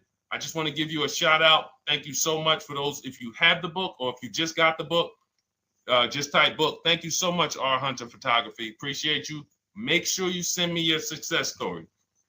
That's what I care, whether you buy, lease, or purchase. Even when you use the bank bidding war, show me, hey, yo, this bank was at this interest rate. This bank was at this interest rate. And then the dealer got me this.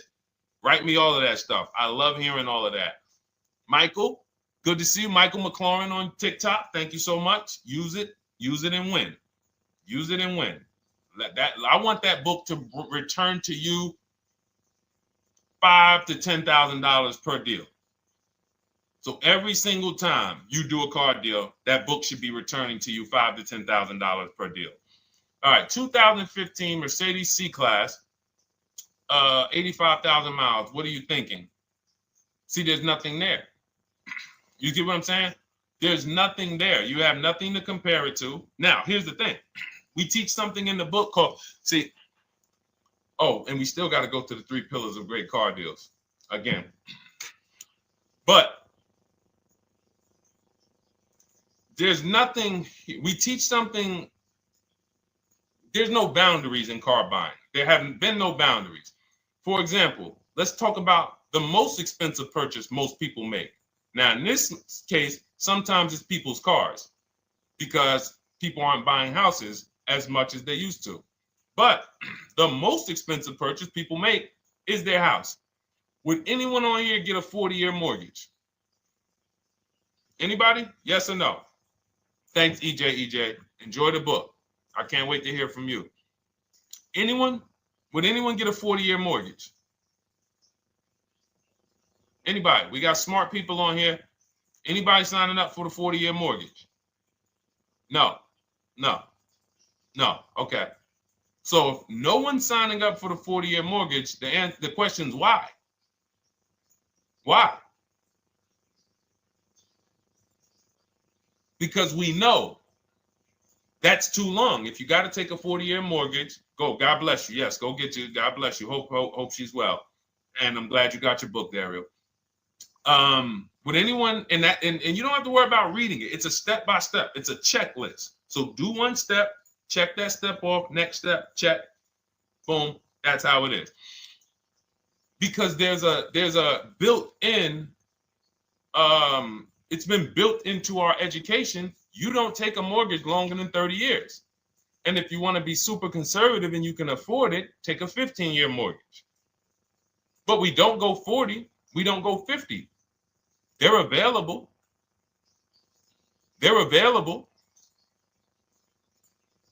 That's the same thing with 8-year car loans, 7-year car loans. And when we look at, so we have something called the rule of 72, which is 6 years. and the 10th birthday.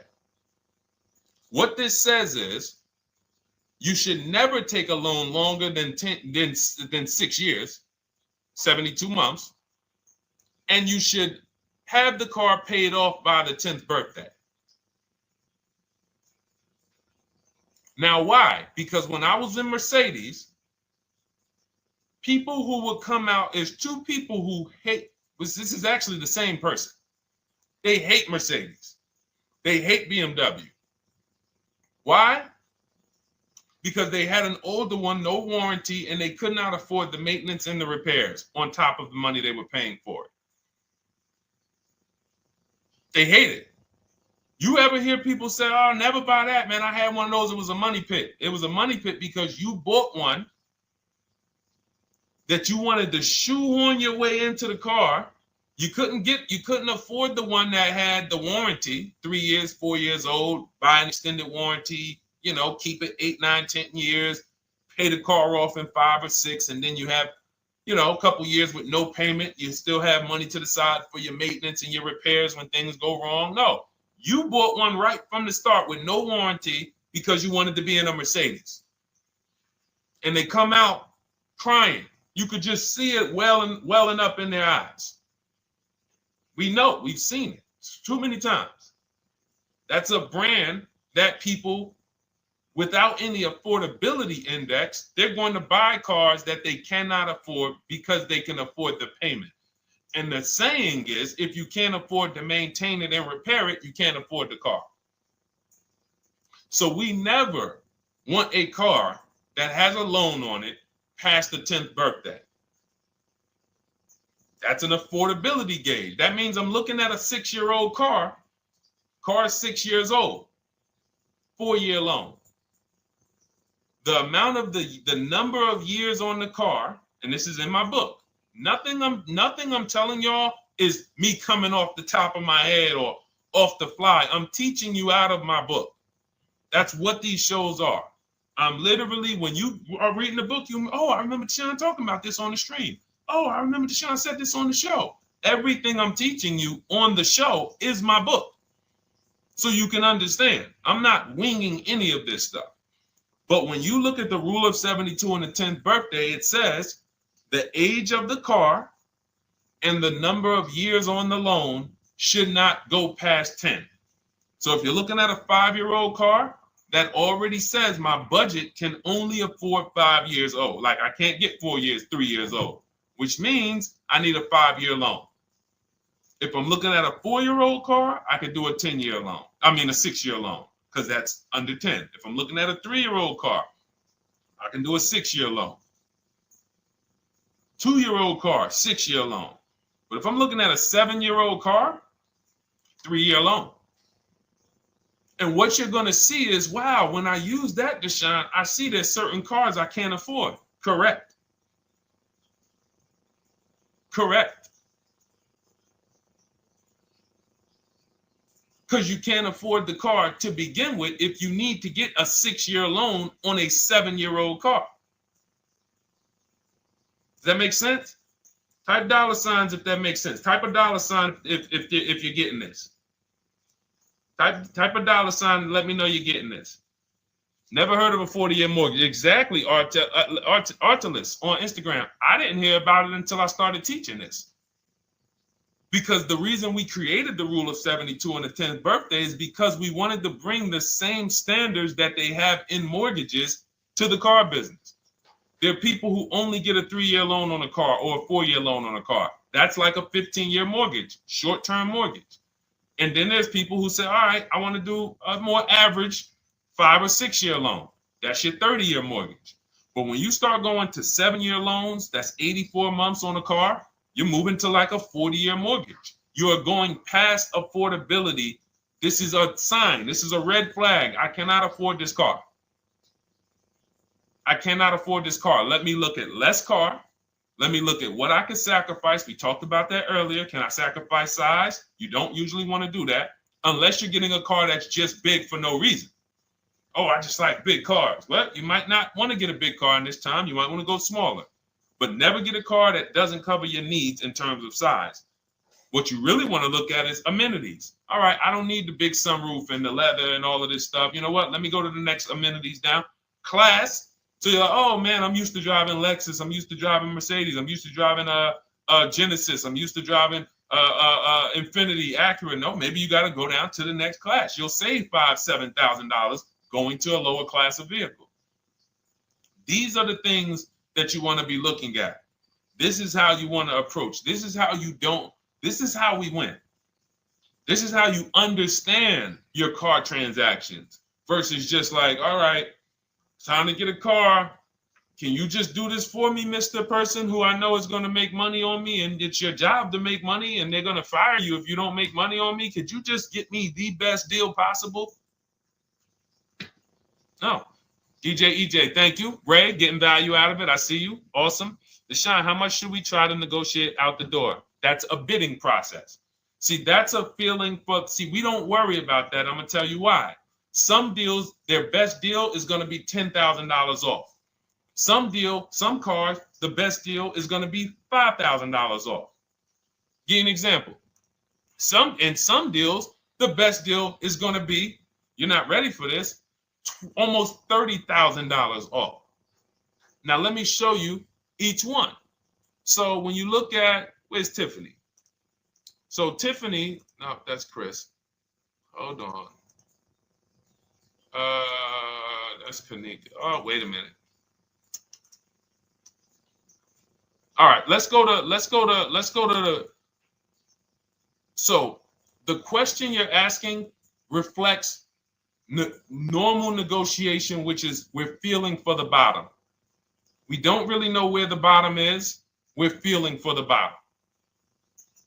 And you're feeling for the bottom, it's a losing strategy because you don't know how deep, you don't know how low the bottom is. When you feel like in your gut, okay, I think this feels like the bottom, you take the deal. Losing strategy. Because the bottom is different for everyone. So you look at somebody like Sean. Sean gets 15, he bought an F-150 Lightning.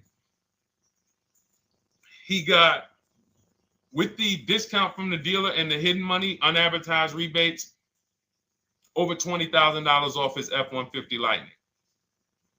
Over $20,000 off. Now, you look at somebody who, let's see if we can find Kimberly. Kimberly, when she got her Maserati, I love just keeping Kimberly up because she's like, you know, she got over $20,000 off her brand new Maserati when she got it, even though it was last year. But I want to look for a smaller deal. So I think I might have took Tiffany's down. Hold on. Because Tiffany got a Mazda. Hold on. I used the strategy in your book. Hold on. Tiffany got a Mazda, and when she got her bids, her best offer was $6,300 off. That was the best offer on that car. But she had other offers that were $3,000 off, $2,000 off, sticker price, over sticker. That was $63,000 off, $6,300 off. Then you look at somebody like Milligan. Milligan got the biggest discount I've ever seen in my life. She got a $79,000 car. She got her bids, and she got almost $30,000 off. It's $79,000. She paid $51,359. Brand new car. Brand new car. Brand new car. So do you see that if we're trying to feel for the bottom, let's say you think, all right, $3,000 off. I guess that's a good deal. You're getting beheaded. So we cannot feel for the bottom. That is buyer's remorse prone. That is how we have buyer's remorse. The only thing we do is we sit at home, we get bids. That's the name of the game. When you are getting bids, life changes. You now know, oh, this deal is taking off 8. This deal is taking off 2. This deal is taking off 8. This deal is taking off 10. This deal is taking off nothing. Oh, the $10,000 dealer wins the bid. You took off $10,000. That was the bottom. And again, we use the 25-to-5 strategy where I show you how to connect with 25 dealers in 20 minutes from home. You get your bids. You want to call around, do it by phone, call and get your bids by phone. We do this by email without talking. That is what's in my book. That's how we do it. So everything we talked about is in my new digital book. Cars from Home, 7 Steps to Saving Time, Money, and Avoiding Dealerships. Normally $97, part of our welcome offer. You get your copy for $24. That's 75% off. In my TikTok bio, click that link. My Instagram bio, click that link. Or YouTube comments and the Facebook comments, deshonsbook.com. 2 hours, get your $24 and let that continue to make money for you and keep money in your family. We didn't talk about. We didn't talk about selling leases and equity in leases. We didn't talk about the bank bidding wars. We didn't talk about, we dig deep on leasing versus buying. We hit on a lot today. Now, for those of you who are like, Deshone, I'm just meeting you, I don't really trust you yet, then start with my free cheat sheets. Dolan will put a link for you. You can go to DeshonesCheatSheets.com, put a link in the comments, and just start with my free cheat sheets. We've given thousands of people have started with my free cheat sheets. That'll expose you to the Cars from Home world, because once you see the value, like, wow, this is what Deshone's giving us for free. What is in the book? The book is your step-by-step checklist, step-by-step blueprint. But if you're like, you know what, let me just get started with the cheat sheets, go grab the cheat sheets. Now, mark your calendars. We're here Monday through Thursday, 12 p.m. Eastern Time. Show usually lasts about 90 minutes. You can bring your questions. You might be watching this on a replay, because you'll see a lot of people ask the same question you would have asked. But mark your calendar so you don't miss a show. We'll be back, and then we'll run the whole replays all through the weekend for those who couldn't be here during the week. So I might start doing something for people who bring people. Write me some ideas, because what I really want is I want to come up with something, a way to reward people who share. That's why I wanted to give a free copy of my book to our nurse on TikTok. You know, like, I want to come up with something for people that bring people, that help me actually spread this message. DM me some ideas, and I'll watch that. I can't read all the DMs, but I will certainly start that DM with, you know, I have an idea, and then I'll know that's you, because I want to come up with something specifically for the people who share. All right. I'll see y'all tomorrow. Thanks for watching. This has been our show.